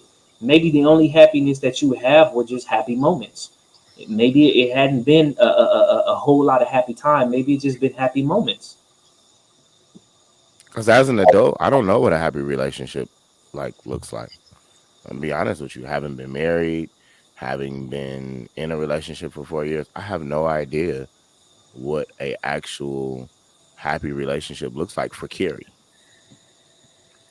So this is something I was going to add in there. I think that when you ask that question, what if they don't have an answer to it? It almost, for me, it lets me know what they're eligible for and what they're not eligible for. If that's a requirement for me in a relationship, that you have some kind of idea of it, doesn't mean you're a bad person at all.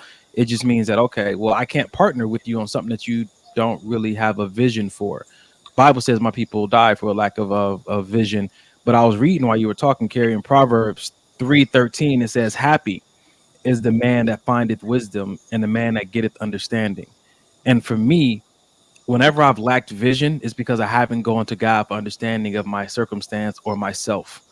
And so when someone asks me what does happiness look like to me, I'm always trying to refer back to the vision that God gave me for this season of my life, because he knows. The Bible says, happy is the man that findeth wisdom. And so that wisdom only comes from God. It says a man that getteth understanding. And that's oftentimes why I haven't been able to locate a vision of happiness, let alone a definition, let alone communicate it, because I didn't have wisdom or understanding. But God is telling me I can ask him for it, and he'll give me the vision. And then I know what to pursue.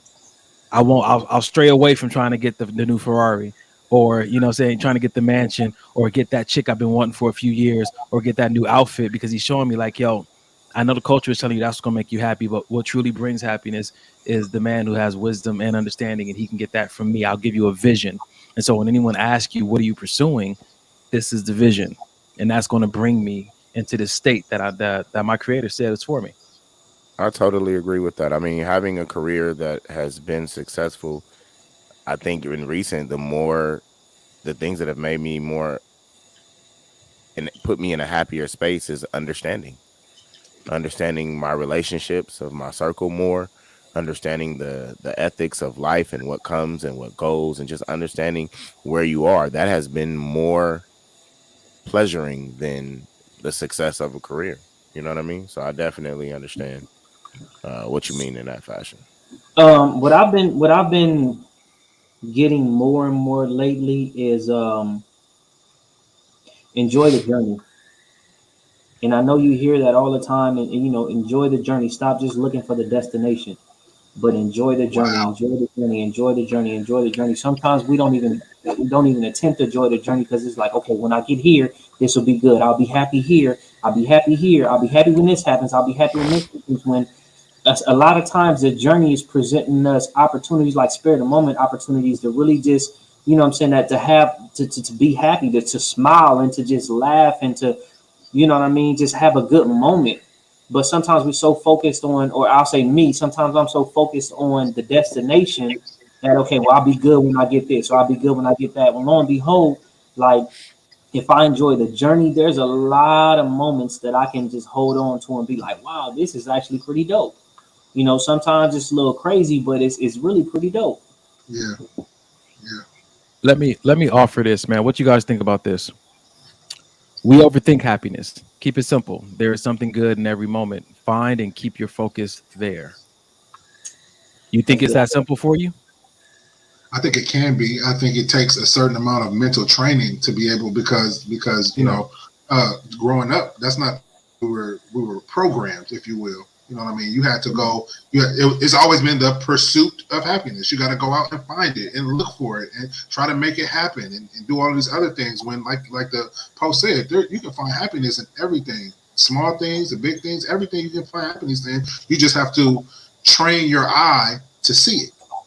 So I got a question for you. Oh, go ahead, bro. I'm about to say, just clarity. He said there's something good in every moment. And when you focus on the good, I think that's what produces that happiness. Maybe not something to be happy about, but you focus on that good. Right. You find the happiness. Dub. So my question is how do you find happiness in paying these student loans? It gave you an education. Without that student loan, you would never been able to get that education that got you that job. But what if the education didn't give me the job? Then why'd you go to school in the first place? So this I'm gonna go all the way to a whole different stretch. My mama made me. You ain't gonna be in this house if you don't go to school. I'm gonna go this far and say the things I've struggled with like that. I say God said He'll supply my needs according to His riches, and so even though I don't like that circumstance and it don't make sense to me why I'm paying all this money for school to get a job that I may not get with that degree to pay back an education that I really can't use. I was like, God, the good in it is that God's going to make sure that it's not a hindrance to my happiness or my fulfillment in life. He's gonna help me, even if He didn't want the one that sent me to school, even if that was against His will. Whenever I can come to Him and find the grace for that. I think this conversation on this happiness thing is big for me, man, because I grew up in a household that was really promoted that. My mom was really big on that. So I don't have that same kind of upbringing as a lot of people. And I've learned to just be fortunate and grateful for that. And now that's why I carry myself the way I carry around my friends, because we all had an interesting upbringing, and whatever, like the things you learned as a child that were your strength, I feel like it's your responsibility to share that with people who didn't experience it.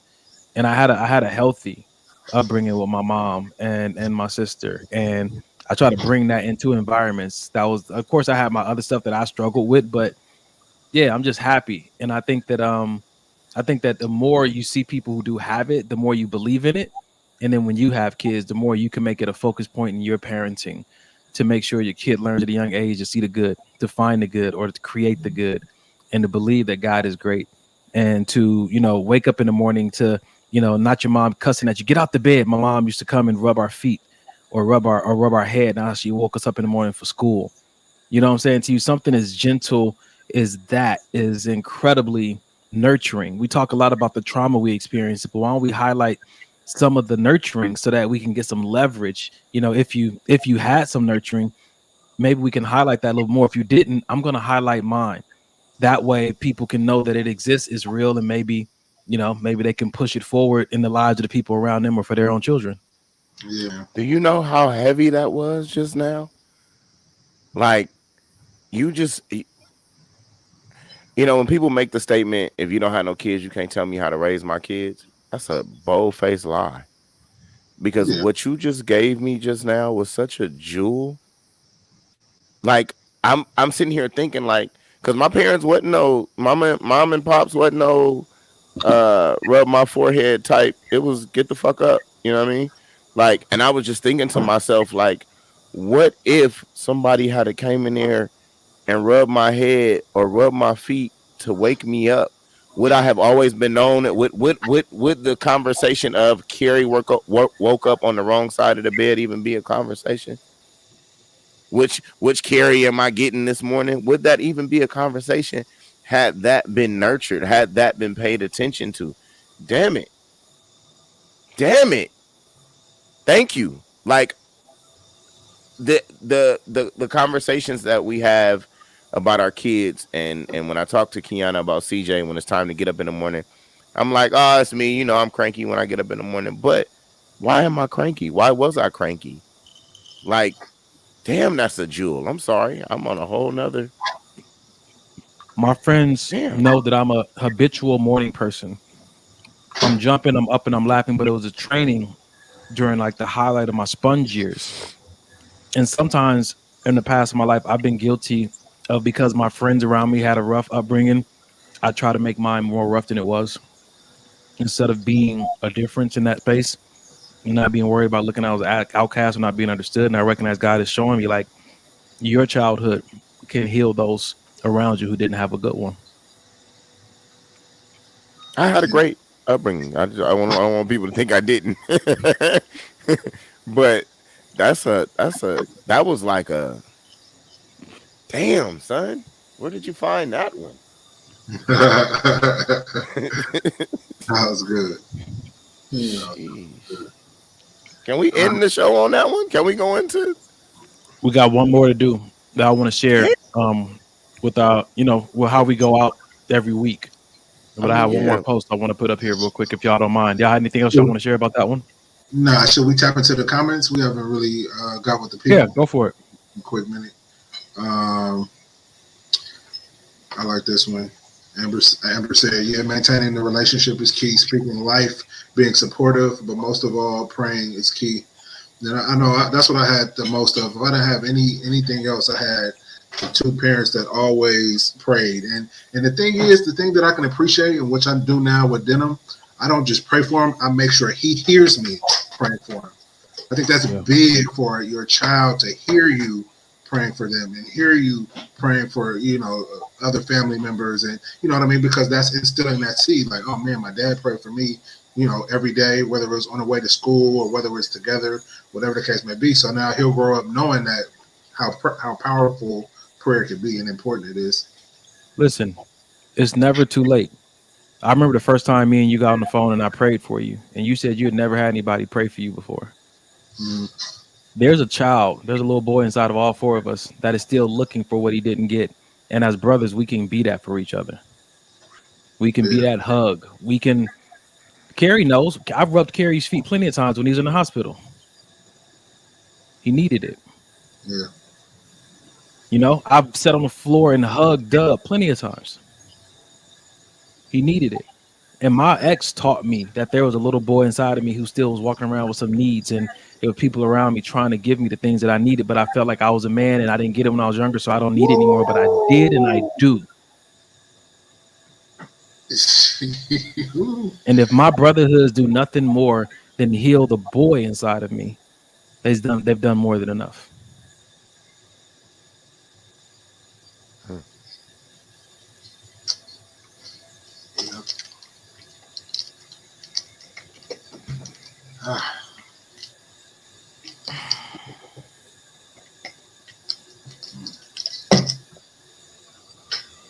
Yep.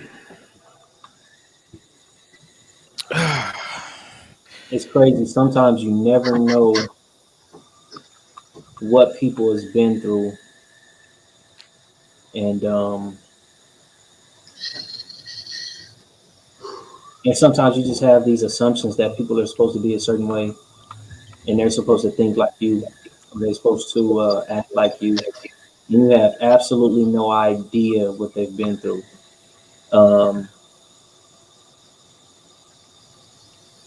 Certain things that people don't get that you may be accustomed to getting.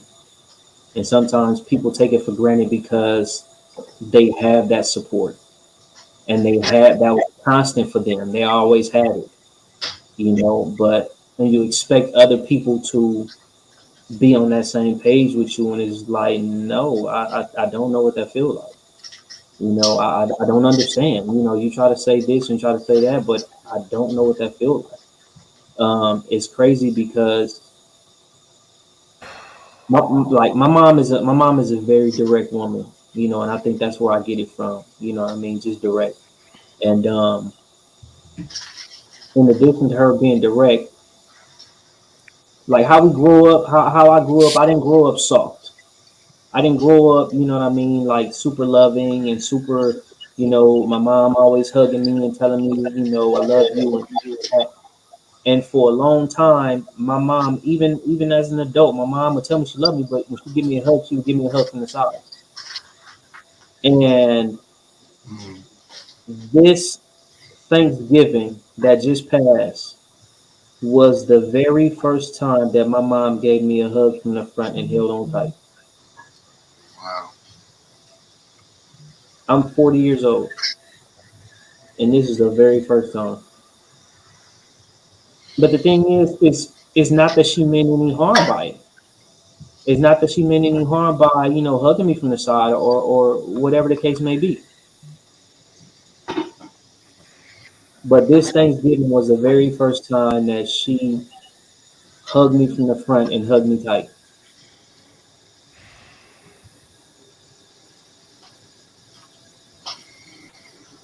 I'm happy you got a chance to experience that, bro. Just further evidence that it's never too late. I'm happy that you got a chance to experience that, is, from her especially. A lot of times we can't give what we've never received, but we can't give what we don't got.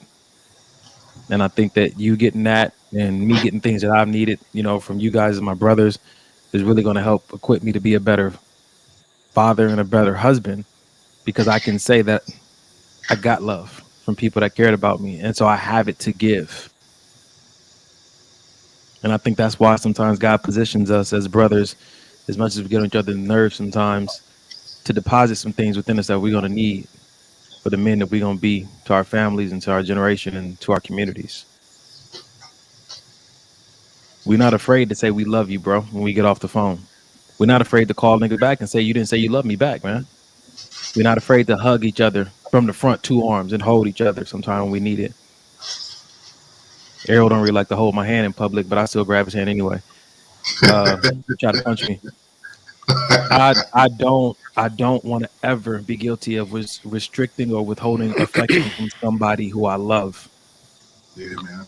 Man, woman, child, elderly. It's healing. Don't care what everybody else around you is thinking or saying. If you need to love on somebody and show them that affection, you do it. That's a fact. Don't hug me from the back, though. Just put the caveat up. Listen, all right, was there something you wanted to get into? We got we good, man. First of all, don't ask that question after he makes that statement. That's the fact, and that's also true. That's also true. Yep, that was flagrant. That was flagrant. It was. My apologies. Get into Listen, what is that? What are we going into? What are we talking about here? That's a black hole, sir. That's a black hole. Wow. Oh man! All right. Well, I do want to say something. Go ahead, bro. Sometimes I just sit back and I look. I pay attention to a lot of stuff, and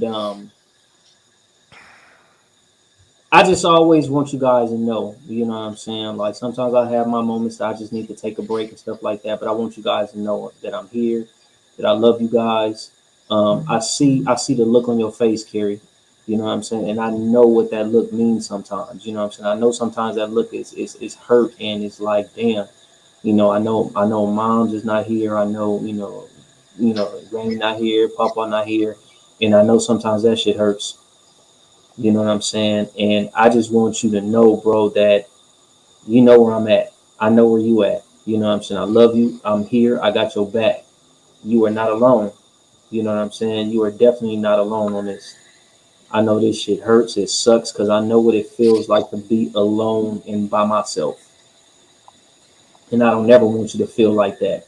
I don't ever, ever, ever, ever want you to feel like that. And I know it's tough. You know what I'm saying? And I know this shit hurts because I've been there. I've experienced that same pain. But I just want to let you know, I love you, bro. You're not here by yourself. 830 is always open for you.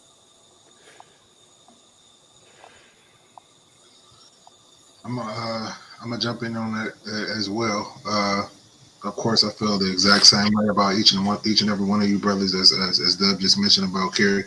And I just want to say personally to Kerry, without even going into detail, that conversation that we had the other day was from a place of pure love. It wasn't from a place of getting on your head, or it's because I love you and I only want the best for you, and I only want the best for the rest of the brothers on the show. So when we have those headbutting contests, it's not a let me tear nobody down kind of thing. It's I'm gonna have this conversation because I know that you will have it with me, and I know everybody on the show. If I needed a swift kick or eye-opening conversation, I know y'all would give it to me, and that's because y'all love me just like I love you.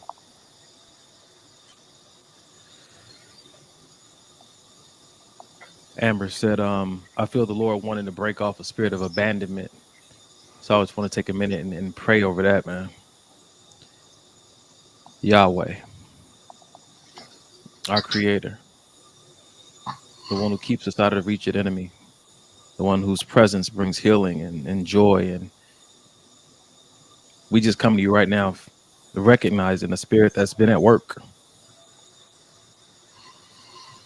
trying to distract us from the promises that you have for us, trying to distract us from the joy of the moment, trying to pull us down into this abyss.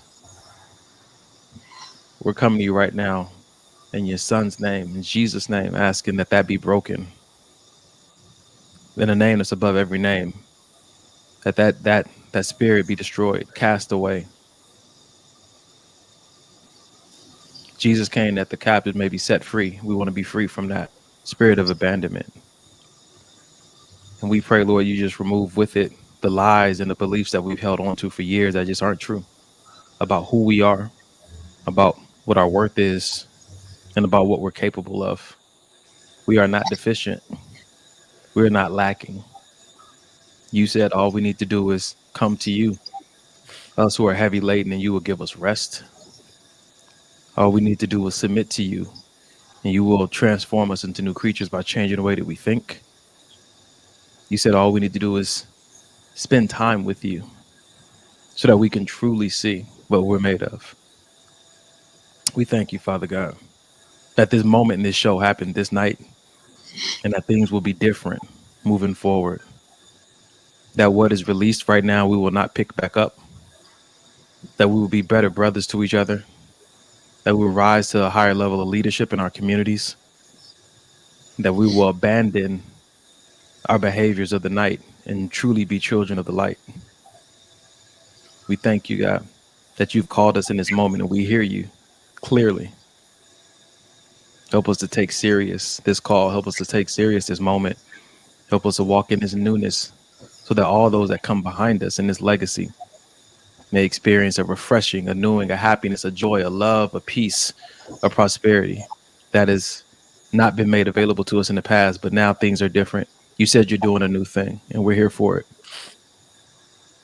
We thank you, Father God, that you count every tear and you will cause there to be beauty from ashes. In Jesus' name we pray. Amen.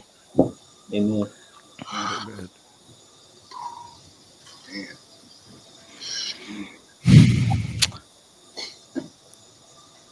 tonight. Go for it, bro. Nah, you got it. I saw a couple of people in the comments that tonight's show was pretty heavy, and we don't want to leave you guys without a resource because we don't see you on your screen. You see us, but you may be struggling. You may be crying. You may be in a moment of reflection. You may be fighting some things. And we want to give you a resource that we give every week to sit down and talk to somebody. Everybody on this show has been through therapy at some point in time in their life. And not just formal therapy. Some of us have other forms of therapy that we occupy. Some of us do meditate, spend time in nature. We do that self-reflective, reflective personal responsibility part. But we want to leave you guys with this number. You may need somebody to talk to tonight immediately. You can call this number. It's a 24-hour mental health line, 1-800-854-7771, 1-800-854-7771. If you don't know what this number is, it's a connection number. You can get connected to therapy, a counseling, or a support group where you can be like we did tonight, man. Begin to talk some things out. Begin to operate in your superpower that we call vulnerability. Find you a safe place and be vulnerable and watch what happens. The things that really haunt us and hurt us in our life only gain that power because we keep them in the dark. But when you find a safe place to expose it to the light, God's power comes through and does a miraculous work. Mike, you want to chime in?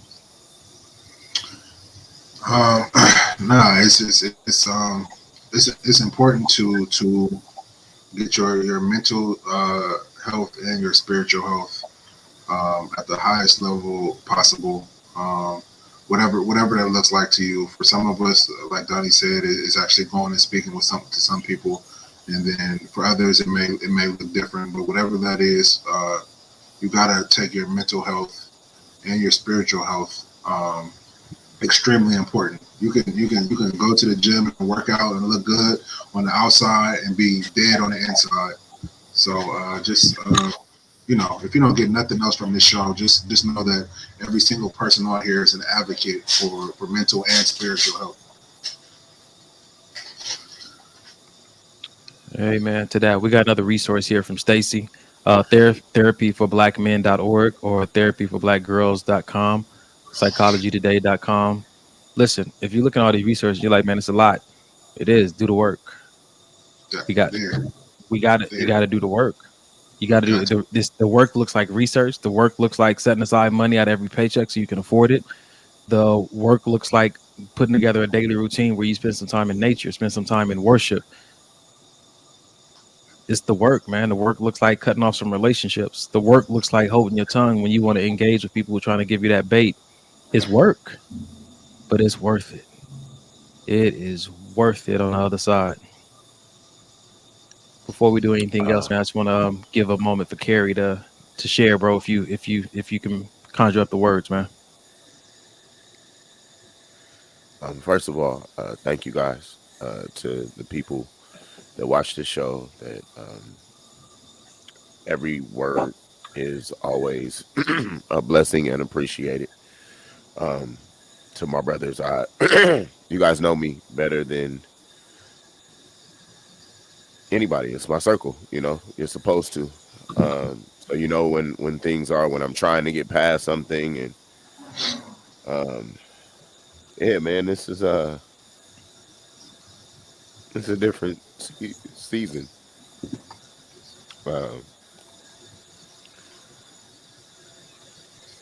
It's heavy. Coming back to the same home every day for 40 years that has always had a sound, and now it's quiet. I don't even go to the cemetery, but I've been going just to see when they put Granny's plaque up, I think for a stamp, and sometimes when I come home, I go to the back and, expecting to see her there. I've had to go to Dad's house this week, and Mike didn't get a chance to experience this, but Don and Dub know that, when you walk in the house when Mom was there, you're so used to hearing the oxygen machine that when I walk in the doors, there's nothing in that house, but I still hear the machine. And I don't have a big circle. A lot of people know me, but I don't have a big circle of friends because I've always been that with my family. And so the immediate feeling now, like Dub said, it sometimes feels a little lonely. And you're not sure of the adjustment sometimes, and things like today happen, and the conversations that you would have with your immediate, they're not being had. And sometimes you just sit quietly, and that it's a lot, it's just a lot. But I thank you for the support, for the prayers, for the concerns, and that's really it. Just love you guys, man. I do, and thank you for knowing me. I hate it sometimes because I have a show trying to make it through the show, but the reality of it is, what's the point of having people to know you and love you if they're not going to be there when they're supposed to? That's a fact. Yeah, good fellas. Carried up. Errol, Dub, y'all got something else to share? Good. Good. Mike, you good? Good, man. All right. So we'll close. Well, we did just pray, but one final thing. I know we over time, but one final thing before we close the show, just some practical, just relatable stuff, man. 3 of the hardest things for people to say: I was wrong, I need help, and Worcestershire sauce. Worcestershire.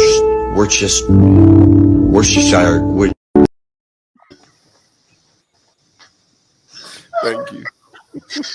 That was it right there. It wouldn't be right, man. It wouldn't be right if we didn't, man. There's a verse in the Bible that says talk about a woman says she laughs the days to come. Bro, God, when I say God has had us and He didn't bring us this far to leave us, stay the path, gentlemen. Stay the path. Trust the Father. Watch. Just watch. Every time God's like, see, just watch. Stay the path of faith. Don't let the devil lure you in any other direction besides where you know God is leading you. Because Psalm 77:19 says, your way, God, led through the sea, a way nobody knew was there. Just trust the path, one step at a time. All right. Everybody in the audience, we love you guys. Please share this episode on your pages. Please share this. Tag somebody who needs to hear this. Share this. It's tonight was breakthrough for a lot of people, man. Maybe it was a beginning, an opening door for a lot of people. Share this. It's up to us to make sure this word gets out there. So if you would do that, we'd truly appreciate you. Yeah, don't forget, maybe this will help the podcast. How's a Cash App? Maybe this will help. Maybe your finances and support will help. If you got a business that you want to promote on here, give it, because maybe it'll help. We trying to create a community, y'all. We're trying to create a community of people that are just incredibly generous and vulnerable. They share their stories that others may be benefited from it. So if nothing else, fellas, we're ready to close out. Yes, sir. All right. We love y'all. Carrie, can we get it one time, man? Your famous line. Thank you for coming out. God bless. 2 Chainz.